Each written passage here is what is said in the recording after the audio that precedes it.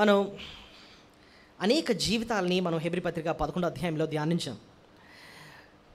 మనం హెబ్రీ పత్రిక 11వ అధ్యాయంలో మనం చూస్తే చాలా పేర్లు మనకు కనబడతాయి. ఆ పేర్ల లిస్ట్ ఎవరైనా చెప్పగలరా? ఏబేలు, ఆనోకు, నోవా, అబ్రహాము, ఇస్సాకు, యాకోబు, యోసేపు. ఇంకా దాని తర్వాత మనం చూస్తే మోషే తల్లిదండ్రులు ఉంటారు, తర్వాత మోషే. సో ఇవన్నీ కూడా మనం పేర్లు కనపడతాయి. ఎందుకండి ఈ లిస్ట్ ఇక్కడ రాయబడి ఉంది అని చూస్తే 11వ అధ్యాయంలో ప్రాముఖ్యమైన పదం ఒకటి ఏంటంటే విశ్వాసం. ఓకే, యూదులకున్న ఒక అపోహ లేదా ఒక ఆత్మీయ గర్వం ఏంటంటే, మేము అబ్రహాము సంతానం కాబట్టి, అబ్రహాము పరలోకంలో ఉన్నాడు కాబట్టి మేము కూడా ఎక్కడికి వెళ్ళిపోతాం? పరలోకం వెళ్ళిపోతాం, ఎందుకంటే మేము అబ్రహాము సంతానం. అదొక గర్వం ఉండేది వాళ్ళకి. అయితే హెబ్రీ పత్రిక 11వ అధ్యాయం భక్తుడు దేవుడు ఆయన రాయిస్తున్నప్పుడు ఆయన ఉద్దేశం ఏంటంటే, ఇదిగో మీ పితరులు, మీ తండ్రులు, వాళ్ళందరిలో కూడా వాడు కనిపించేది ఏంటంటే విశ్వాసం. విశ్వాసం లేకుండా దేవునికి ఇష్టడై ఉండుట అసాధ్యం అని రాస్తున్నాడు. ఓకే, ఆ విశ్వాసం వాళ్ళ ఉంది కాబట్టే వాళ్ళు రక్షింపబడ్డారు. విశ్వాసం ద్వారా కృపచేతనే మీరు రక్షింపబడి ఉన్నారు. మీలో కూడా అట్టి విశ్వాసం ఉంటేనే మీరు రక్షింపబడతారు, మోక్షాన్ని చేరతారు. అంతేగాని వాళ్ళకు పుట్టినంత మాత్రం మీరు కూడా డైరెక్ట్గా పరలోకానికి వెళ్ళిపోరు. డాక్టర్ కొడుకు డాక్టర్ అయిపోడు ఆటోమేటిక్గా. డాక్టర్ గారు పెద్ద ఆయన పాస్ అయ్యారు, ప్రాక్టీస్ చేస్తున్నారు, ఎవరైనా వెళ్ళి ట్రీట్మెంట్ చేయించుకుంటారు. వాళ్ళ కొడుకు ఏ చదవలేదు, అప్పుడు మా నాన్నగారు డాక్టర్ కాబట్టి నా దగ్గర కూడా వచ్చేయండి అంటే కుదరదు. ఈయన కూడా చదవాలి కదండి. తల్లిదండ్రులు విశ్వాసులే, వాళ్ళు పాపక్షమాపణ పొందారు, ప్రభునందు విశ్వాసం ఉంచారు, వారి జీవితాన్ని మార్చుకున్నారు, ప్రభుకు సమర్పించుకున్నారు. బిడ్డలు కూడా అదేవిధంగా ప్రభువుని అడగాలి, ప్రభువా నా పాపాలు కూడా క్షమించండి. మా తండ్రిని ఎలాగైతే నువ్వు క్షమించావు, మా తల్లిని ఎలాగైతే నువ్వు క్షమించావు, నీ బిడ్డగా చేర్చుకున్నావు, నన్ను చేర్చుకో తండ్రి, నా పాపాలు క్షమించండి, నాకు నీ మోక్షమే ఉండి ఆయన. ఆ విశ్వాసం ఉండాలని చెప్పి వీరి జీవితాలన్నీ రాస్తున్నాడు. ఒక్కొక్కరి జీవితాన్ని మనం చదువుకుంటూ వచ్చాం. ఈ దినం మనం ధ్యానించబోయే జీవితం ఎవరంటే మోషే కదండి. గత వారం మనం యాకోబు జీవితాన్ని మనం చూసాం. ఎవరైనా వర్తమానం కానీ వినకపోతే ఖచ్చితంగా లైవ్లో ఉంది, మీరు వినండి. యాకోబు జీవితంలో ఉన్న విశ్వాస ప్రయాణాన్ని మనం చూసాం. ఇదిన మనం చూడబోయే జీవితం మోషే జీవితం. ఒక ప్రశ్న, మోషే ఎంతకాలం ఈ భూలోకంలో బ్రతికాడు చెప్పగలరా? 120 సంవత్సరాలు, 120 years కరెక్టే. మోషే జీవితాన్ని మనం 3 భాగాల కింద చేయొచ్చు. 120 డివైడెడ్ బై 3 ఎంత?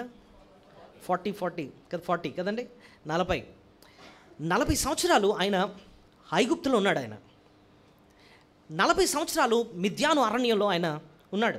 హిత్రో మందను మేపుతూ 40 సంవత్సరాలు గడిపాడు అన్నమాట.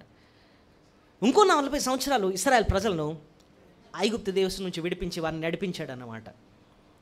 మొత్తానికి మనం తన జీవితాన్ని మనం ఎక్కడ చూడొచ్చు అంటే అపోస్తుల కార్యములు 7వ అధ్యాయము ఒకసారి తీయండి. ఈ నేను చెప్పిన విషయం మనం అక్కడ చూస్తాం. అపోస్తుల కార్యములు 7వ అధ్యాయము 23వ వచనం చూడండి.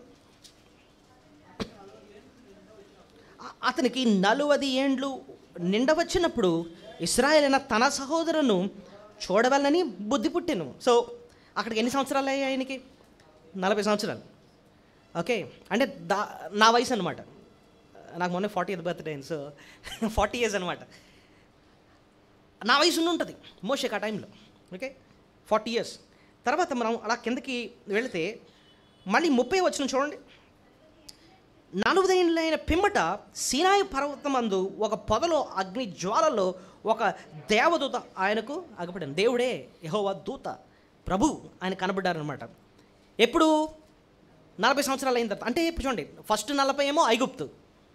దేవుడు ఇక్కడ కనిపించింది ఎప్పుడు తెలుసా? 40 + 40 80 సంవత్సరాలకి ఆయన పిలుచుకున్నాడు అన్నమాట. ఓకే, ఐగుప్తు నుంచి విడిపించడానికి. ఏమండి, నాకు అక్కడే గొప్ప డౌట్ వచ్చింది. ఏంటంటే 80 సంవత్సరాలు వచ్చేవరకు దేవుడు ఎందుకు వెయిట్ చేశాడు? ఆయనకి 20 సంవత్సరాలు ఉన్నప్పుడు, 40 సంవత్సరాలు ఉన్నప్పుడు అప్పుడే వాడేసుకోవచ్చు కదా. అప్పుడు ఎంతో విద్య ఉంది ఆయనకి, ఐగుప్తులో ఎన్నో నేర్చుకున్నాడు. మీకు తెలుసా, మనమే ఒక పంట వేయాలి అంటే భూమిని ముందు ఏం చేస్తాం? సేద్యపరుస్తాం, సిద్ధపరుస్తాం. భూమిని సిద్ధపరచకుండా విత్తనం వేయం, దాన్ని వాడుకోం మనం. దేవుడు మోషేని వాడుకోవడానికి ముందు ఆయన్ని సిద్ధపరుస్తున్నాడు. ఆయన సిద్ధపరచడానికి ఎంత టైం పట్టింది తెలుసా? 40 + 40 ఎంత? 8 ఇయర్స్. 8 ఇయర్స్. మొదటి 40 సంవత్సరాలు అయిన తర్వాత ఆయన అనుకున్నట్టు నేను సిద్ధంగానే ఉన్నాను అని వెళ్ళిపోయాడు. నేను రెడీయే, ఇప్పుడు నా ప్రజల్ని నాకు ఆయన బుద్ధి పుట్టిందంట, వెళ్ళి నేను వాళ్ళని విడిపించాలని అనుకున్నాడు. ఏం జరిగింది? సీన్ రివర్స్ అయిపోయింది. ఎలాగా? ఇద్దరు ఇశ్రాయేల్ ప్రజలు ఒక ఇశ్రాయేలుడును ఐగుప్తీయుడు కొట్టుకుంటా ఉంటే ఈ మధ్యలో వెళ్ళాడు, విడిపించి ఐగుప్తుని చంపేసి ఇసుకలో పాతి పెట్టేసాడు అనమాట. అబ్బా ఏం స్టార్ట్ చేశాను నా పని అనుకున్నాడు. మరుసటి రోజు మళ్ళీ వెళ్తే ఇద్దరు ఇశ్రాయేల్తో అనుకుంటున్నారట. వాళ్ళిద్దరిని విడిపిస్తూ ఉంటే వాళ్ళే రివర్స్ ఏమన్నారంట, ఏం బాబు నిన్న ఐగుప్తుని చంపేసినట్టు నువ్వు మమ్మల్ని కూడా చంపేస్తావా అనేటప్పటికీ గుండె జారిపోయింది. అదేంట్రా బాబు నా వాళ్ళే నాకు తిరగబడ్డారని చెప్పి ఈ వార్త ఏమో ఫరోకి తెలిసిపోయిందని చెప్పి భయపడిపోయి అక్కడ నుంచి పారిపోయాడు అన్నమాట. ఆ పారిపోవడం అలాగా 80 సంవత్సరాలు వచ్చేసి. కానీ దేవుడు ఏ రీతిగా మోషేని ఈ 80 సంవత్సరాల్లో ఆయన మార్చుకున్నాడో మనం చూడబోతున్నాం మనం. ఓకే, ఇక్కడ పాయింట్ ఏంటంటేనండి, దేవుడు ఏ రీతిగా మోషేని తన పని కొరకు సిద్ధపరిచాడు. అది ప్రశ్న. దేవుడు మనల్ని కూడా వాడుకోవాలి అంటే ముందు మనల్ని ఏం చేస్తాడు? సిద్ధపరుస్తాడు. మనల్ని సిద్ధపరచకుండా, నేను ఎంతకన్నాను కదా, భూమిని వాడాలంటే భూమిని మనం ఏం చేయాలి? సిద్ధపరచాలి. గాడ్ షుడ్ ప్రిపేర్ అస్. దేవుడు మనల్ని కూడా సిద్ధపరచాలి. మోషేని ఏ రీతిగా సిద్ధపరచాడు, ఇదను మనం మోషే జీవితం నుంచి ఒక 5 శ్రేష్టమైన పాఠాలు మనం చూడబోతున్నాం. మోషేని వాడుకోవడానికి, సిద్ధపరచడానికి, తన విశ్వాసిగా ఎలా మార్చాడో దేవుడు, తనని ఎలాగా ఆయన అనుకున్న రూపంలోకి ఎలా చెక్కుకున్నాడో ఒక 5 శ్రేష్టమైన పాఠాలు మనం ఈ భాగం నుండి మనం చూసి మనం ముగించుకుందాం. 5 lessons of how God transformed Moses. మొట్టమొదటిదండి, మోషేని రక్షించుకోవడానికి, మోషేని మలుచుకోవడానికి దేవుడు తన సొంత తల్లిదండ్రులనే వాడుకున్నాడు. ఎవరిని వాడుకున్నాడు? తల్లిదండ్రులనే వాడుకున్నాడు. ఎలా చెప్పారండి అంటే 23వ వచనం చూడండి, హెబ్రీ పత్రిక 11:23. ఎవరి గురించి ఉంటుంది ఇక్కడ? మోషే పుట్టినప్పుడు అతని తల్లిదండ్రులు ఆ శిశువు సుందరుడై ఉండట చూచి విశ్వాసమును బట్టి రాజునకు భయపడక 3 మాసములు అతన్ని దాచిపెట్టిరి. సో ఇక్కడ మోషే గురించి ఉందా? మోషే యొక్క తల్లిదండ్రుల గురించి ఉందా? తల్లిదండ్రుల గురించి ఉంది. ఇంతకీ మోషే తల్లిదండ్రుల పేర్లు ఏంటండి? మనకు మోషే చాలా ఫేమస్, అందరికీ తెలుసు. వాళ్ళ తల్లిదండ్రుల పేర్లు ఏంటి? చాలా తక్కువ మందికే తెలుసు. అమ్రాము, యాకోబెతు. వాళ్ళంత పెద్ద ఫేమస్ కాదు, చూడడానికి వినడానికి. వాళ్ళ గురించి ఎక్కువ చదవం మనం, కానీ వాళ్ళని దేవుడు వాడుకున్నాడు. అసలు మోషేని ఫస్ట్ షేప్ చేయడానికి వాడుకుందే ఎవరినంటే దేవుడు వాళ్ళ సొంత తల్లిదండ్రులు. ఎలా చెప్పారండి ఈ భాగంలో వాళ్ళు వాడుకున్నట్టు ఎలా కనపడుతుందండి అని మీరు చూస్తే, వాళ్ళలో ఉన్న విశ్వాసమే మోషేలో కనపడుతుంది. ఎలా చెప్తానో చూడండి. 23వ వచనంలో వాళ్ళ ఉన్న లక్షణం ఏంటి? మోషే పుట్టినప్పుడు అతని తల్లిదండ్రులు ఆ శిశువు సుందరైనట్టు చూచి విశ్వాసమును బట్టి రాజాజ్ఞకు భయపడక. విశ్వాసమును బట్టి వాళ్ళు ఎవరికి భయపడలేదట? రాజాజ్ఞకు భయపడ. ఇంతకీ ఆ రాజు ఎవరు అక్కడ? కమాన్. మోషే పుడుతున్న టైంలో రాజు, ఐగుప్తు రాజు ఫరోకి ఇల్లు భయపడలేదు. ఈ మనుషుడు వీడి ప్రాణం ఎవరి చేతిలో ఉందంటే మా దేవుని చేతిలో ఉంది. మేము ఆయన నమ్ముకున్నాం, ఆయన నా బిడ్డను కాపాడుతాడు, ఈ ఫరో ఏమి చేయలేడు నా బిడ్డని అని చెప్పి ఫరోకి వాళ్ళు అసలు భయపడలేదంటండి. మీరు చూస్తే మోషే కూడా ఫరో అంటే భయం లేదు. ఎక్కడ రాసింది తెలుసా? కొంచెం అలా కిందకు వచ్చి 27వ వచనం చూడండి. విశ్వాసం బట్టి అతడు అదృశ్యుడైన వానిని చూచుచున్నట్లు స్థిరబుద్ధి గలవాడే రాజాగ్రహమునకు భయపడక. రాజాగ్రహమునకు భయపడలేదట. ఎవరు? మోషే. సో తల్లిదండ్రులు రాజాజ్ఞకు భయపడలేదు, మోషే కూడా రాజాగ్రహానికి అసలు భయపడలేదన్నమాట. ఈయనలో ఆ విశ్వాసం ఎలా వచ్చిందండి అంటే, ఆ విశ్వాస విత్తనాన్ని వేసింది ఎవరండి? తల్లిదండ్రులు అండి, చిన్ననాటిన.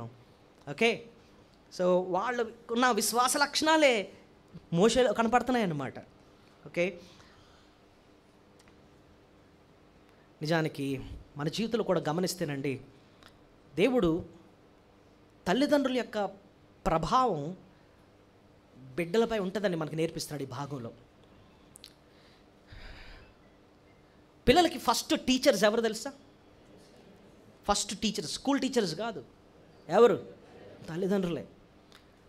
తల్లిదండ్రుల్లో లేని భక్తి బిడ్డలో రాదు. తల్లిదండ్రులు మాదిరి చూపించాలన్నమాట.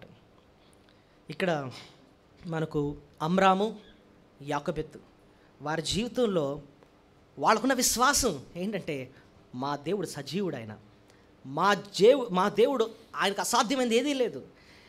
మిగిలినందరం మనుషులే, ఈ ఫరో గొప్ప రాజే, కానీ మా దేవుని చేతిలో కట్టేసిన కుక్కలాంటి వాడంతే. ఆయన ఆజ్ఞిస్తే చచ్చిపోతాడు, మనిషి వట్టి ఊపిరే అని చెప్పి వాళ్ళు భయపడింది, వాళ్ళు నమ్మింది ఎవరంటే నిజదేవుడైన యెహోవాను. అంతేగాని ఈ రాజుకి ఏమాత్రమూ భయపడలేదనమాట. మాకు బిడ్డ పుట్టాడు, ఈ బిడ్డని నా దేవుడు కాపాడుతాడు, ఈ ఫరో ఏమాత్రం కూడా నా బిడ్డ నేను చేయలేడు అని చెప్పి విశ్వాసంతోనే 3 నెలలు బిడ్డని కాపాడారంటండి. నిజానికి నిజమైన విశ్వాసులు మనుషులకు భయపడరు. ఎందుకంటే వాళ్ళకి తెలుసు మనుషుల కంటే గొప్పవాడు ఎవడు, మా దేవుడు. ఈ హెబ్రీ పత్రికలోనే 13వ అధ్యాయం 6వ వచనం చూడండి. నిజమైన విశ్వాసులు ఉండే ఒక లక్షణాన్ని మనం చూస్తున్నాము. హెబ్రీ పత్రిక 13:6. కాబట్టి ప్రభువునకు సహాయకుడు నేను భయపడను, నరమాత్రులు నాకేమీ చేయగలరు. చూడు, నిజమైన విశ్వాసాలు అనే మాటలు ఏంటంట, ప్రభు నాకు సహాయకుడు, నేను భయపడను, నరమాత్రులు నాకేమీ చేయగలరు. అంటే అర్థం ఏంటి? మనుషులు నన్ను ఏమీ చేయలేరు. ఎందుకంటే మనుషులందరూ ఎవరి చేతిలో ఉన్నారు? వారి కాలగతలు ఎవరి వశంలో ఉన్నాయి? దేవుని వశంలో ఉన్నాయి. వీళ్ళకి అదే విశ్వాసం అండి. వాడు నరమాత్రుడు, ఎంత ఫరో అయితే ఏంటి, నరమాత్రుడంతే, నా బిడ్డను వాడేమీ చేయలేడు. ఆయన సెలవు ఇవ్వకుండా ఒక్క అడుగు కూడా ముందుకి వేయలేడు. నిజానికి అప్పుడు జరుగుతున్న పరిస్థితి ఏంటండి, ఇశ్రాయేల్ ప్రజలు ఐగుప్తు దేశంలో ఉన్నారు. ఎందుకున్నారో అదన్నీ మనం గత వారం మనం చూసాం. యాకోబు కుటుంబ సభ్యులందరూ యోసేపు టైంలో వాళ్ళు వచ్చారు. ఎందువల్ల వచ్చారు? కరువు, చుట్టూ కరువు. ఆహారం ఎక్కడ దొరుకుతుంది? ఐగుప్తులో మాత్రమే దొరుకుతుంది. ఆహారం వెతుక్కోవడం కోసం వచ్చారు. నిజానికి దేవుడు యోసేపును వాడుకొని వాళ్ళందరికీ ఆహారాన్ని పెట్టాడు. దేవునికి ఇశ్రాయేల్ ప్రజలు ఇక్కడ గొప్ప ప్రణాళిక. ఎందుకంటే ఈ లోకానికి రాబోయే మెస్సయ్య ఎవరి నుంచి రావాలి? ఇశ్రాయేల్ నుండే రావాలి. దేవుడు వారిని కాపాడుతానని వాగ్దానం చేశాడు. అయితే ఆ టైంలో రాజు చనిపోయి కొత్త రాజు వచ్చాడు. వాళ్ళకి ఈ ఇశ్రాయేల్ యొక్క విలువ ఏంటో తెలియదు. ఏమైంది? ఒక ఆజ్ఞ ఇచ్చాడట, ఇదిగో ఇశ్రాయేలు విస్తరించేస్తున్నారు, వీళ్ళని, ఈ జాతిని మెల్లిగా మనము అంతము చేయాలి అని చెప్పి మంత్రసానులకి ఆజ్ఞ ఇచ్చాడట. ఫస్ట్ ఏమని? ఒకవేళ అబ్బాయిలు పుడితే మీరు మెల్లిగా వాళ్ళు ఏం చేయాలి? చంపేయాలి, అమ్మాయిలైతే ఉంచండి అని. అయినా కూడా దేవుడు వారిని విస్తరిస్తున్నాడు. ఈ లోపల ఏం చేశాడు తెలుసా? భయంకరమైన ఆజ్ఞ ఇచ్చేశాడు సైనికులకి. ఏంటి? ఎక్కడైనా కానీ పిల్లలు పుడితే మీరు వెళ్ళండి, అక్కడ అబ్బాయి కనిపిస్తే తీసుకెళ్ళి నైల్ నది, వాళ్ళ నది ఏంటి, పెద్ద నది ఉంటుంది అక్కడ ఐగుప్తులో, నైల్ నది, ఆ నైల్ నదిలో వేసేయండి. అంత క్రూరం ఆలోచించండి. చూడండి, సాతాను దేవుని యొక్క ప్రణాళిక ఎప్పుడు అడ్డు రావడానికి ప్రయత్నిస్తూ ఉంటాడు. ఇశ్రాయేల్ని అంతం చేసేస్తే మెస్సయ్య రావడానికి అవకాశం ఉండదు అని చెప్పి ఫరోలో దూరి సహితం ఈ ఎలాంటి ఆజ్ఞ ఇవ్వడానికి వాడు పూనుకున్నాడు అనమాట. ఇలాంటి సంఘటన యేసయ్య పుట్టినప్పుడు కూడా వచ్చింది. ప్రభు పుట్టినప్పుడు ఏం జరిగింది? హేరోదు రాజులో దూరాడు. ఆడేంటి ఇచ్చాడు ఆజ్ఞ? 2 సంవత్సరాల లోపల ఉన్న పిల్లలందరినీ ఏం చేయాలి? చంపారు. అటు సాటాన్ ఉద్దేశం అంతా ఏంటంటే ప్రభు ఈ లోకానికి రాకూడదు, ఆయన అంతం చేసేయాలి. ఎందుకంటే లోకానికి రక్షకుడు ఆయన ఒక్కడే, ఆయన అంతం చేస్తే ఇంకా లోకానికి దిక్కు లేదు అని చెప్పి ప్రయత్నం చేస్తున్నాడు అనమాట. కానీ ప్రభు ముందు అడెందుకు పనిచేయడు అన్నమాట. నరులేమి చేయగలరు, సాతానుగాడు ఏం చేయగలడు అన్నమాట. దేవుడే ఆయన సహాయకుడు అని చెప్పి అటు విశ్వాసంతో వీళ్ళు, సరే చిన్న బిడ్డ పుట్టాడు, చాలా సుందరుడుగా ఉన్నాడంట. ఆ సుందరుడు అన్న మాటను గురించి మనం ఆలోచిద్దాం. అంటే దేవుని దృష్టి ఆ బిడ్డ పైన ఉందన్న వాళ్ళు అర్థం చేసుకున్నారు. అటు విశ్వాసం దేవుడు ఇచ్చాడు, ఈ బిడ్డను వాడుకుంటాడు. దేవుడు ఒక లీడర్గా చేయడానికి, ఇశ్రాయేల్ని ఈ ఐగుప్తు నుంచి విడిపించడానికి బిడ్డను వాడుకుంటాడని చెప్పి అటు విశ్వాసం వాళ్ళకి దేవుడు ఇచ్చాడు. దేవుని దృష్టి బిడ్డపై ఉందని. అంతే 3 నెలలు ఆ బిడ్డని చాలా జాగ్రత్తగా వాళ్ళు కాబట్టి నేను అనుకుంటున్నాను, కుయ్యమని అరుస్తూ ఉంటే ఏం చేసి ఉంటారు? వెంటనే రూమ్లో పట్టుకుపోయి ఉంటారు. ఒకరు పక్కన అమరామేం బయటకు వచ్చి ఎవరైనా వస్తున్నారని చూస్తూ ఉంటాడు. ఏమో నేను అనుకుంటున్నాను ఇంట్లోనే ఏదో సొరంగం ఏం తవ్వారేమో, ఆ బిడ్డను లోపలికి తీసుకెళ్ళిపోయారేమో. ఒక పక్కన తల్లిదండ్రులు ప్రార్థన చేస్తున్నారేమో, దేవా దేవా దేవా ఎవరి దృష్టి కూడా, ఏ ఫరో దృష్టి, ఏ సైనికుడి దృష్టి బిడ్డ మీద పడకుండా చేయండి అని చెప్పి దేవుని మీద ఆధారపడుతూ ఒక్క 3 నెలలు బిడ్డను ఏం చేశారు? జాగ్రత్తగా కాపాడారు. అయితే 3 నెలలు అయిన తర్వాత చిన్న బిడ్డ టోన్ కూడా సౌండ్ పెరుగుండి ఉంటుంది. కుయ్యో అని గట్టిగా గోల్ చేసేస్తున్నాడు, ఇంకా కంట్రోల్ చేయలేకపోతున్నారు అనమాట. అయ్య బాబాయ్, బిడ్డ దృష్టి కానీ ఎవరి మీద పడిందో చంపేస్తారు. ఏం చేయాలి? ఒకళ్ళకి ఐడియా వచ్చిందంటండి. ఏం చేశారు? ఒక పెట్టి తయారు చేశారు, జమ్ము పెట్టి తయారు చేశారనమాట. జమ్ము పెట్టి తయారు చేసి అందులో బిడ్డని పెట్టి నైలు నది, ఆ నది ఉంటే చాలామంది అనుకుంటారు నీటిలో వదిలేసారేమో అనుకుంటారు. కాదు, అక్కడ మీరు చదవండి, మీకు ఒక వచనాన్ని చూపిస్తాను. ఒడ్డున పెట్టారట. ఎక్కడుందో చూడండి. నిర్గమకాండం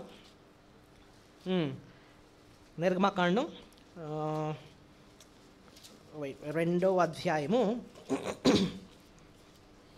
నిర్గమకాండం 2వ అధ్యాయము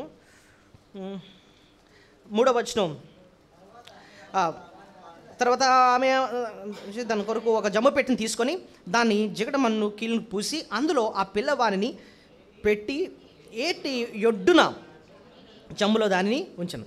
ఏటి ఒడ్డున అంటే అర్థం ఏంటి? ఏట్లో పడేశారు కాదే, ఆ ఒడ్డున పెట్టారు. అర్థమైంది మీకు? చాలామంది ఏమంటారు నీటిలో వదిలేసారేమో అనుకుంటాం. కాదు, ఏటి ఒడ్డున పెట్టారట. అక్కడ కూడా ఇంకా జమ్ములో దానిని ఉంచను. జమ్ములో అంటే అర్థం ఏంటంటే అక్కడ ఒక ఎత్తైన గడ్డి మొలిసేదనమాట. ఆ గడ్డిలో అది కదలకుండా జాగ్రత్త దాన్ని పెట్టారు. ఈ లోపల ఏం జరిగింది? వాళ్ళ విశ్వాసం ఒకటే ఏంటంటే, దేవుడు ఎలాగన్నా సరే నా బిడ్డని ఆ ఫరో దృష్టి నుంచి ఏం చేస్తాడు? కాపాడు. ఆ విశ్వాసం వాళ్ళకు ఉందన్నమాట. ఆడు తాకలేడు నా బిడ్డని.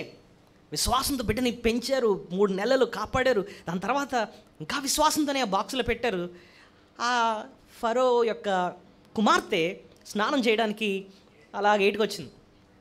దేవుడు ఎంత గొప్ప కార్యం అంటేనండి, ఆమె దృష్టి ఆ బాక్స్ మీద పడేటట్టు చేశాడు. ఏది చెప్పిందంటే, ఏంటి అక్కడ ఏదో బాక్స్ ఉంది తీసుకురండి అని అంటే, వాళ్ళేమో అలాగా జాగ్రత్తగా దాన్ని ఆమె దగ్గర తీసుకొచ్చి ఓపెన్ చేసేటప్పటికి లోపల ఎవరున్నారు?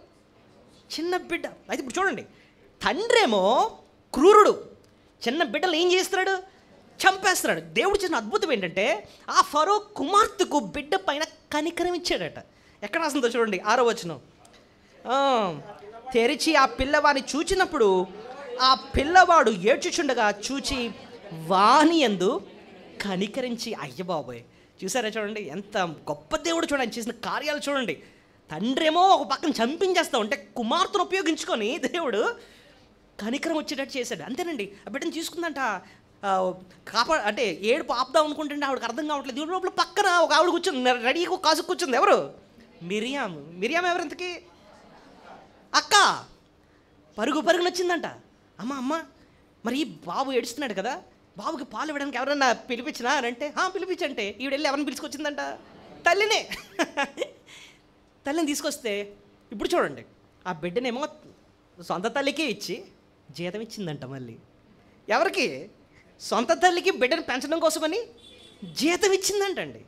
అసలు ఇదంతా చూడండి, అమ్రాము యాకోబెత్తు ప్రభునందు విశ్వసిస్తున్నారు. దేవుడు ఎంత అద్భుతంగా బిడ్డని వాళ్ళ దగ్గర నుంచి కాపాడుతున్నాడో కళ్ళారా వాళ్ళు చూశారు. వీళ్ళకి కూడా అర్థమైపోయింది. ఏంటో తెలుసా? ఎంత అద్భుతం ఈ బిడ్డ విషయంలో చిన్న వయసులోనే దేవుడు చేశాడంటే, గొప్ప దృష్టి, అంటే దేవుని యొక్క గొప్ప ఉద్దేశం బిడ్డ పైన ఉందే. ఈ బిడ్డని దేవుడు వాడుకుంటాడు, ఒక లీడర్గా చేస్తాడు. చిన్న వయసులో వాళ్ళకి అర్థమైపోయింది అనమాట. దెబ్బకి ఇంటికి తీసుకొచ్చారు. నేను అనుకుంటున్నాను, ఇక్కడ ఒక మాట ఉంది, 2వ అధ్యాయం 10వ వచనం, పెద్దవాడు అయ్యే వరకు అన్న మాట ఉంటుంది చూడండి. 2:10. ఆ బిడ్డ పెద్దవాడైన తరువాత ఆమె ఫరో కుమార్తె యొద్దకు అతన్ని తీసుకొని వచ్చాను. పెద్దవాడు అవ్వడం అంటే అర్థం ఏంటంటే, అంటే ఒక లెవెల్, ఒక ఏజ్ వచ్చే వరకు కూడా ఎవరి చేతిలో ఉన్నట్టు? తల్లి చేతిలో. నేను అనుకుంటున్నాను, ఉగ్గుపాలు పోసినట్టుగా చిన్నప్పటి నుంచి తను ఏం చేసింది? దేవుని గురించి చెప్పుండదు. నాన్న, చిన్నప్పుడు దేవుడు ఎంత అద్భుత కార్యం చేశాడు తెలుసా? అసలు ఆ టైంలో ఫరో చంపేద్దాం అనుకున్నాడు అందరినీ, కానీ అలాంటి టైంలో దేవుడు నిన్ను నాకు కాపాడాడు. మేము నిన్నేమో బాక్స్లో పెట్టాం, ఆ బాక్స్ ఏమో ఆవిడ దృష్టిలో పడింది, జీతం ఇచ్చి నువ్వు నా దగ్గర మళ్ళీ పెంచేటట్టు. ఇవన్నీ కూడా చిన్నప్పటి నుంచి నూరు పోసింది. అసలు నువ్వు దేవుడు నేను ఎందుకు తెలుసా ఇలాగా కాపాడాడు? నువ్వు పెద్ద అయిన తర్వాత నువ్వేం చేయాలి తెలుసా? ఇశ్రాయేల్ ప్రజల్ని ఈ ఐగుప్తు నుంచి విడిపించాలి. మనకు కనాన్ అన్న దేశం దేవుడు ఇచ్చాడు, అక్కడికి వీళ్ళందరినీ తీసుకెళ్ళాలి. నేను అందుకోసం దేవుడు ఎంత అద్భుత కార్యం చేశానని చెప్పి చిన్నప్పటి నుంచి ఏం చేసింది? ఉగ్గుపాలు పోస్తున్నట్టుగా ఈ వాక్యాన్ని చెప్తుంది. ఒకటి గుర్తుపెట్టుకోండి, చిన్న వయసులో నువ్వు నేర్పించిన పాఠాలు స్థిరంగా ఉంటాయి బిడ్డల్లో. మీకు అర్థం అవ్వడానికి ఒక చిన్న విషయం చెప్తాను. ఒక ఇనుము మీద ఒక స్టాంప్ వేయాలంటే ఏం చేస్తారు చెప్పండి? ఒక ఇనుము మీద స్టాంప్ వేయాలి, ఏం చేస్తారు తెలుసా? ఎర్రగా కాలుస్తారు. ఎర్రగా కాల్చినప్పుడు అది మెత్తగా తయారవుద్ది. అప్పుడు ఏం చేస్తారు? ఒక్కసారి స్టాంప్ వేస్తారు. అది ఇంకా ఆరిపోయిన తర్వాత ఎలా ఉంటుంది? అది ఇంకా స్థిరంగా ఉండిపోతుంది. చిన్న వయసు అలాంటిది. ఫస్ట్ 5 years, మొదటి 5 సంవత్సరాలు ఎంత విలువైనవంటేనండి, ఆ టైంలో నువ్వు బిడ్డల్లో నాటిన సత్యాలు జీవితాంతం గుర్తుండిపోతాయి. ఇప్పుడు చిన్నప్పుడు ABCDEFG అనే పాట నేర్చుకున్నారు. ఇంకోటి ఏంటిది, బాబా బ్లాక్ షేప్, ఇలాంటివి, చిట్టి చిలకమ్మ అమ్మ కొట్టింది, ఇవన్నీ ఎప్పుడు నేర్చుకున్నారండి? ఇప్పుడు వెళ్ళి ఒక మామని అడగండి, అమ్మ ఒకసారి చిట్టి చిలకమ్మ చెప్పండి చెప్పేస్తుంది. ఎందుకు ఎప్పుడు నేర్చుకుంది? చిన్న 1, 2, 3, 4, 5 సంవత్సరాల్లో నేర్చుకున్న మాటలు జీవితాంతం గుర్తుండిపోతున్నాయి. That age is so precious. అనుకుంటున్నావు వీళ్ళు చిన్నోళ్ళు కదా ఇంకా ఏం నేర్చుకోరేమో అనుకుంటున్నాం. కాదు, ఆ వయసులో నువ్వు నేర్పించిన సత్యాలు జీవితాంతం స్థిరంగా ఉంటాయి. అయితే వీళ్ళ ఆశ, తల్లిదండ్రులు ఏంటంటే, నా బిడ్డ రక్షింపబడాలి, నా బిడ్డ మంచి దైవజనుడిగా ఎదగాలి అన్న ఆశ వాళ్ళకు ఉంది. చిన్న వయసులో నుంచి వాళ్ళు నేర్పిస్తున్నారు. ఏమండి, ఆలోచించండి. నోవాహు తన కుటుంబ రక్షణ కొరకు ఏది తయారు చేశాడు? ఓడను తయారు చేశాడు. ఓకే, అది కూడా ఎక్కడ రాస్తుందంటే హెబ్రీ పత్రిక 11:7 చూడండి. హెబ్రీ పత్రిక 11:7. విశ్వాసమును బట్టి నోవాహు చూడని సంగతులను గురించి ఇంటి వారి రక్షణ కొరకు ఒక ఓడను సిద్ధం చేశారు. ఓడ చేసింది దేనికి? ఇంటి వారి రక్షణ కొరకు ఓడను తయారు చేశారు. ఎవరు? నోవా. ఇప్పుడు జమ్ము పెట్టి తయారు చేశారు ఎవరు? అమ్రాము, యోకెబెత్తు. ఎవరి రక్షణ కొరకు? ఎవరిని కాపాడడానికి? మోషేను. కాబట్టి ఇక్కడ మనం నేర్చుకున్న సత్యం ఏంటంటే, నీ బిడ్డలు, నీ కుటుంబం రక్షింపబడాలి అంటే ఆ బాధ్యత ఎవరిదో తెలుసా? నీదే. నీ బిడ్డలు రక్షింపబడాలంటే, వాళ్ళు భక్తిలో ఉండాలంటే, నువ్వు మోషే ఎలాగైతే నోవా ఎలాగైతే ఓడ సిద్ధపరిచాడు, అమ్రాము యాకోబెతు ఎలాగైతే ఆ బిడ్డ రక్షణ కొరకు జమ్ము పెట్టి తయారు చేశారు, నువ్వేం చేస్తున్నావు? నీ బిడ్డల రక్షణ కొరకు నీ బాధ్యత ఏంటి? మందిరం తీసుకురా, వాక్యం వినిపించు, వాళ్ళు తప్పు చేస్తే వారిని హెచ్చరించు, దేవుని గురించి నేర్పించు, గాలి కొదిలేయొద్దు. రేపు ఉదయం వాళ్ళు నరకంకి వెళ్ళారంటే దేవుడు నిన్ను అడుగుతాడు. ఎక్కడ వస్తుంది తెలుసా బైబిల్లో? సామెతల గ్రంథం 23వ అధ్యాయము 13, 14 వచనాలు. సామెతల గ్రంథం 23వ అధ్యాయము చదవండి రా. బాలులను శిక్షించుట మానుకొనుకుము, బెత్తముతో వాని కొట్టిన ఎడల వాడు చావకుండును. బెత్తముతో వాని కొట్టిన ఎడల పాతాళమునకు పోకుండా వాని ఆత్మను పాతాళమునకు పోకుండా వాని ఆత్మను నీవు తప్పించేది అంట. నీవు అంటే ఎవరు? పేరెంట్, తల్లిదండ్రులు అన్నమాట. అంటే నరకం నుంచి తప్పించడానికి దేవుడు బాధ్యత ఎవరికి అప్పచెప్పాడు? ఎస్, రక్షించేది దేవుడే, కానీ అది వర్కౌట్ చేసేది దేవుడు ఎవరి ద్వారా అంటే తల్లిదండ్రుల ద్వారా. అక్కడ అన్నాడు బెత్తం వాడండి అంటున్నాడు. దీన్ని ఎలా తెలుసా? ఈ వచనాన్ని అర్థం చేసుకోవచ్చు. బెత్తం ఎప్పుడు వాడమన్నాడు? ఎప్పుడు శిక్ష అవసరం? తప్పు చేస్తే శిక్షించడం మానొద్దు అంటున్నాడు. అంటే దాని అర్థం ఏంటో తెలుసా? చిన్న వయసులో బిడ్డలకు ఒకటి నేర్పించమంటున్నాడు దేవుడు. ఏంటి? తప్పు చేస్తే ఖచ్చితంగా ఏముంది? శిక్ష ఉంది. ఆడు బూత్ ఆడాడు అనుకోండి, పచ్చి బూత్, మా వాడు అప్పుడే పెద్దవాడైపోయాడు, ఏం మాట్లాడాడండి బూతులు అన్నాడు అనుకో. నేను నిజంగా విన్నాను. ఒక మీటింగ్కి వెళ్తే అదేదో ప్రధానం ఏదో మీటింగ్ అనమాట, చుట్టాలందరూ ఉంటే పిల్లోడు పచ్చి బూతులు ఆడుతున్నాడు. అక్కడ ఉంటే మిగిలిన వాళ్ళు అందరూ కుర్చీల్లో కూర్చొని నవ్వుతున్నారు అనుకొని. ఏం చేయాలి చెప్పండి? మూతి మీద వేయాలి ఒకటి, రే నువ్వు అలాంటి మాటలు మాట్లాడకూడదు. అప్పుడు ఆడికి భయం ఉంటుంది, అమ్మో ఇలాంటి మాటలు మాట్లాడితే శిక్ష ఉంటుంది అనమాట, అలా మాట్లాడకూడదు అనమాట అని చెప్పి చిన్నప్పుడు అది వస్తుంది అనమాట. నా ఇష్టానుసారంగా ఉండడానికి కుదరదు, కొన్ని పనులు చేస్తే ఖచ్చితంగా ఏముంటుంది? శిక్ష ఉంటుంది. ఎదుగుతాడు. ఆడికి ఏం నేర్పించాలి తెలుసా? అదిగో నేను శిక్షించడం కాదు, ఇలాంటి పనులు చేస్తే ఎవరు శిక్షిస్తారు? దేవుడు శిక్షిస్తాడు. దేవుని శిక్ష ఎలా ఉంటుంది తెలుసా? నేను దెబ్బలే కొడతాను, నరకంలో వేస్తాడు ఆయన. నరకం ఎలా ఉంటుంది తెలుసా? అగ్నిలో వేసేస్తాడు దేవుడు. సో నీ చిన్న బెత్తం అంత పెద్ద పాఠాన్ని బిడ్డకి నేర్పిస్తుంది. తప్పు చేస్తే శిక్ష ఉంది. అయితే కొంచెం ఎదిగిన తర్వాత పిల్లలు ఏం చేస్తారంటే తప్పు శిక్షిస్తున్నప్పుడు ఓ మాట అంటారు, మమ్మీ సారీ మమ్మీ, నేను ఇంకెప్పుడు చేయను, వద్దు కొట్టొద్దు. అప్పుడు మీరు అనాల్సిందే, నిజమే నేను నిన్ను క్షమిస్తాను, కానీ క్షమించాల్సింది నేను కాదు. నువ్వు అడగాల్సింది ఎవరిని తెలుసా? దేవుణ్ణి. ఆయన అడుగు. యేసే మన పాపాలు క్షమిస్తాడు. ప్రభుని అడుగు. So that is how you need to teach them the gospel. ప్రభు దగ్గర క్షమాపణ దొరుకుతుంది, ఆయన దగ్గర రక్షణ దొరుకుతుంది, ఆయన నరకం నుంచి తప్పించి మోక్షాన్ని ఇస్తాడు. నువ్వు ఎలా కష్టపడుతున్నావు? నోవా కష్టపడ్డాడు, వాడనే తప్పించాడు కుటుంబ రక్షణ కొరకు. అమ్రాము యోకోబెతు వాళ్ళు బిడ్డ రక్షణ కొరకు ఆ ఫరో నుంచి తప్పించడానికి జమ్ము పెట్టిన తయారు చేశారు. ఆ బిడ్డను భక్తిలో పెంచడానికి చిన్నప్పుడు ఉగ్గుపాలు పోసినట్టు వాక్యాన్ని చెప్పారు. ఈ మోషేని గురించి అండి ప్రకటన గ్రంథం వచ్చినప్పుడు పరలోకంలో ఒక స్టేట్మెంట్ వాడతారు మోషే గురించి. ఏమంటారు తెలుసు? చూడండి, ప్రకటన 15:4 దైవజనుడైన మోషే అని అంటారు. చూడండి, ప్రకటన గ్రంథం 15వ అధ్యాయము 4వ వచనం. ప్రకటన 15:4.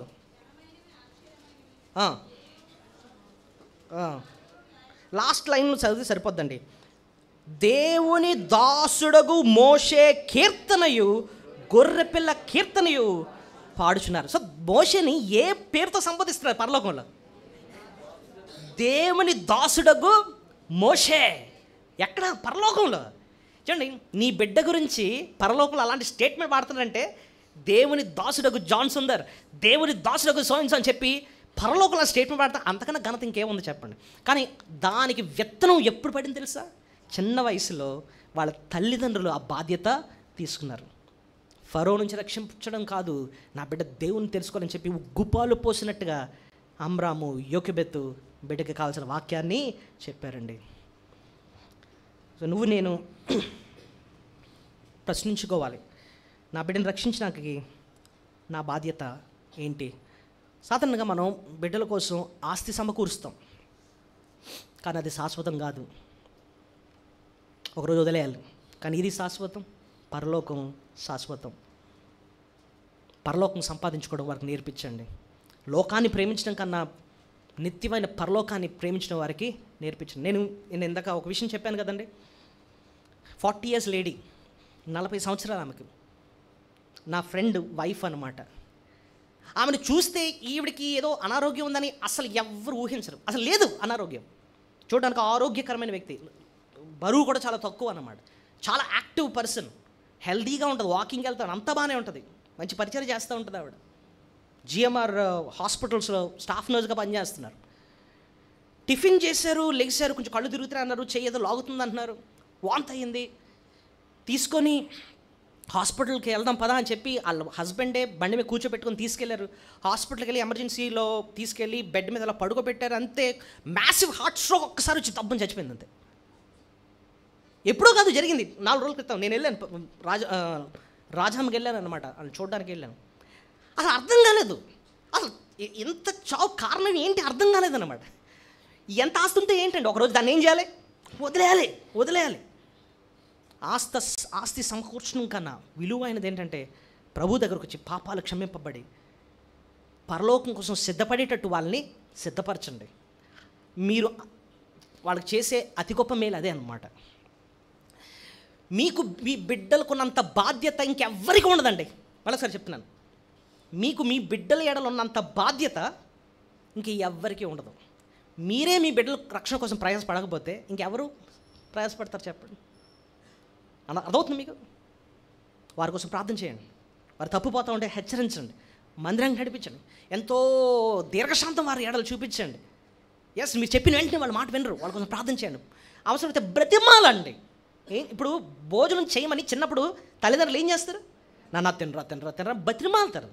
అలాగే మందిరంకి రాకపోయినా, వాక్యం వినకపోయినా, దేవునికి లోబడకపోతా ఉంటే బ్రతిమాలన్నమాట. నాన్న నేను ఇప్పుడు బ్రతిమాలుతున్నాను, నేను ఒకవేళ చనిపోతే నేను ఇలా బ్రతిమాలు చెప్పేవాళ్ళు ఇంకెవరో ఉండరు నాయన. నేను ఎందుకు చెప్తున్నాను విను, భక్తిలో ఉండు, మనకు ఆ విశాల మార్గం వద్దు, భక్తి మార్గంలో ఉందాం, దేవునికి లోబడదాం, ఆయన కొరకు బ్రతుకుదాం, ఆయన కొరకు జీవిద్దాం.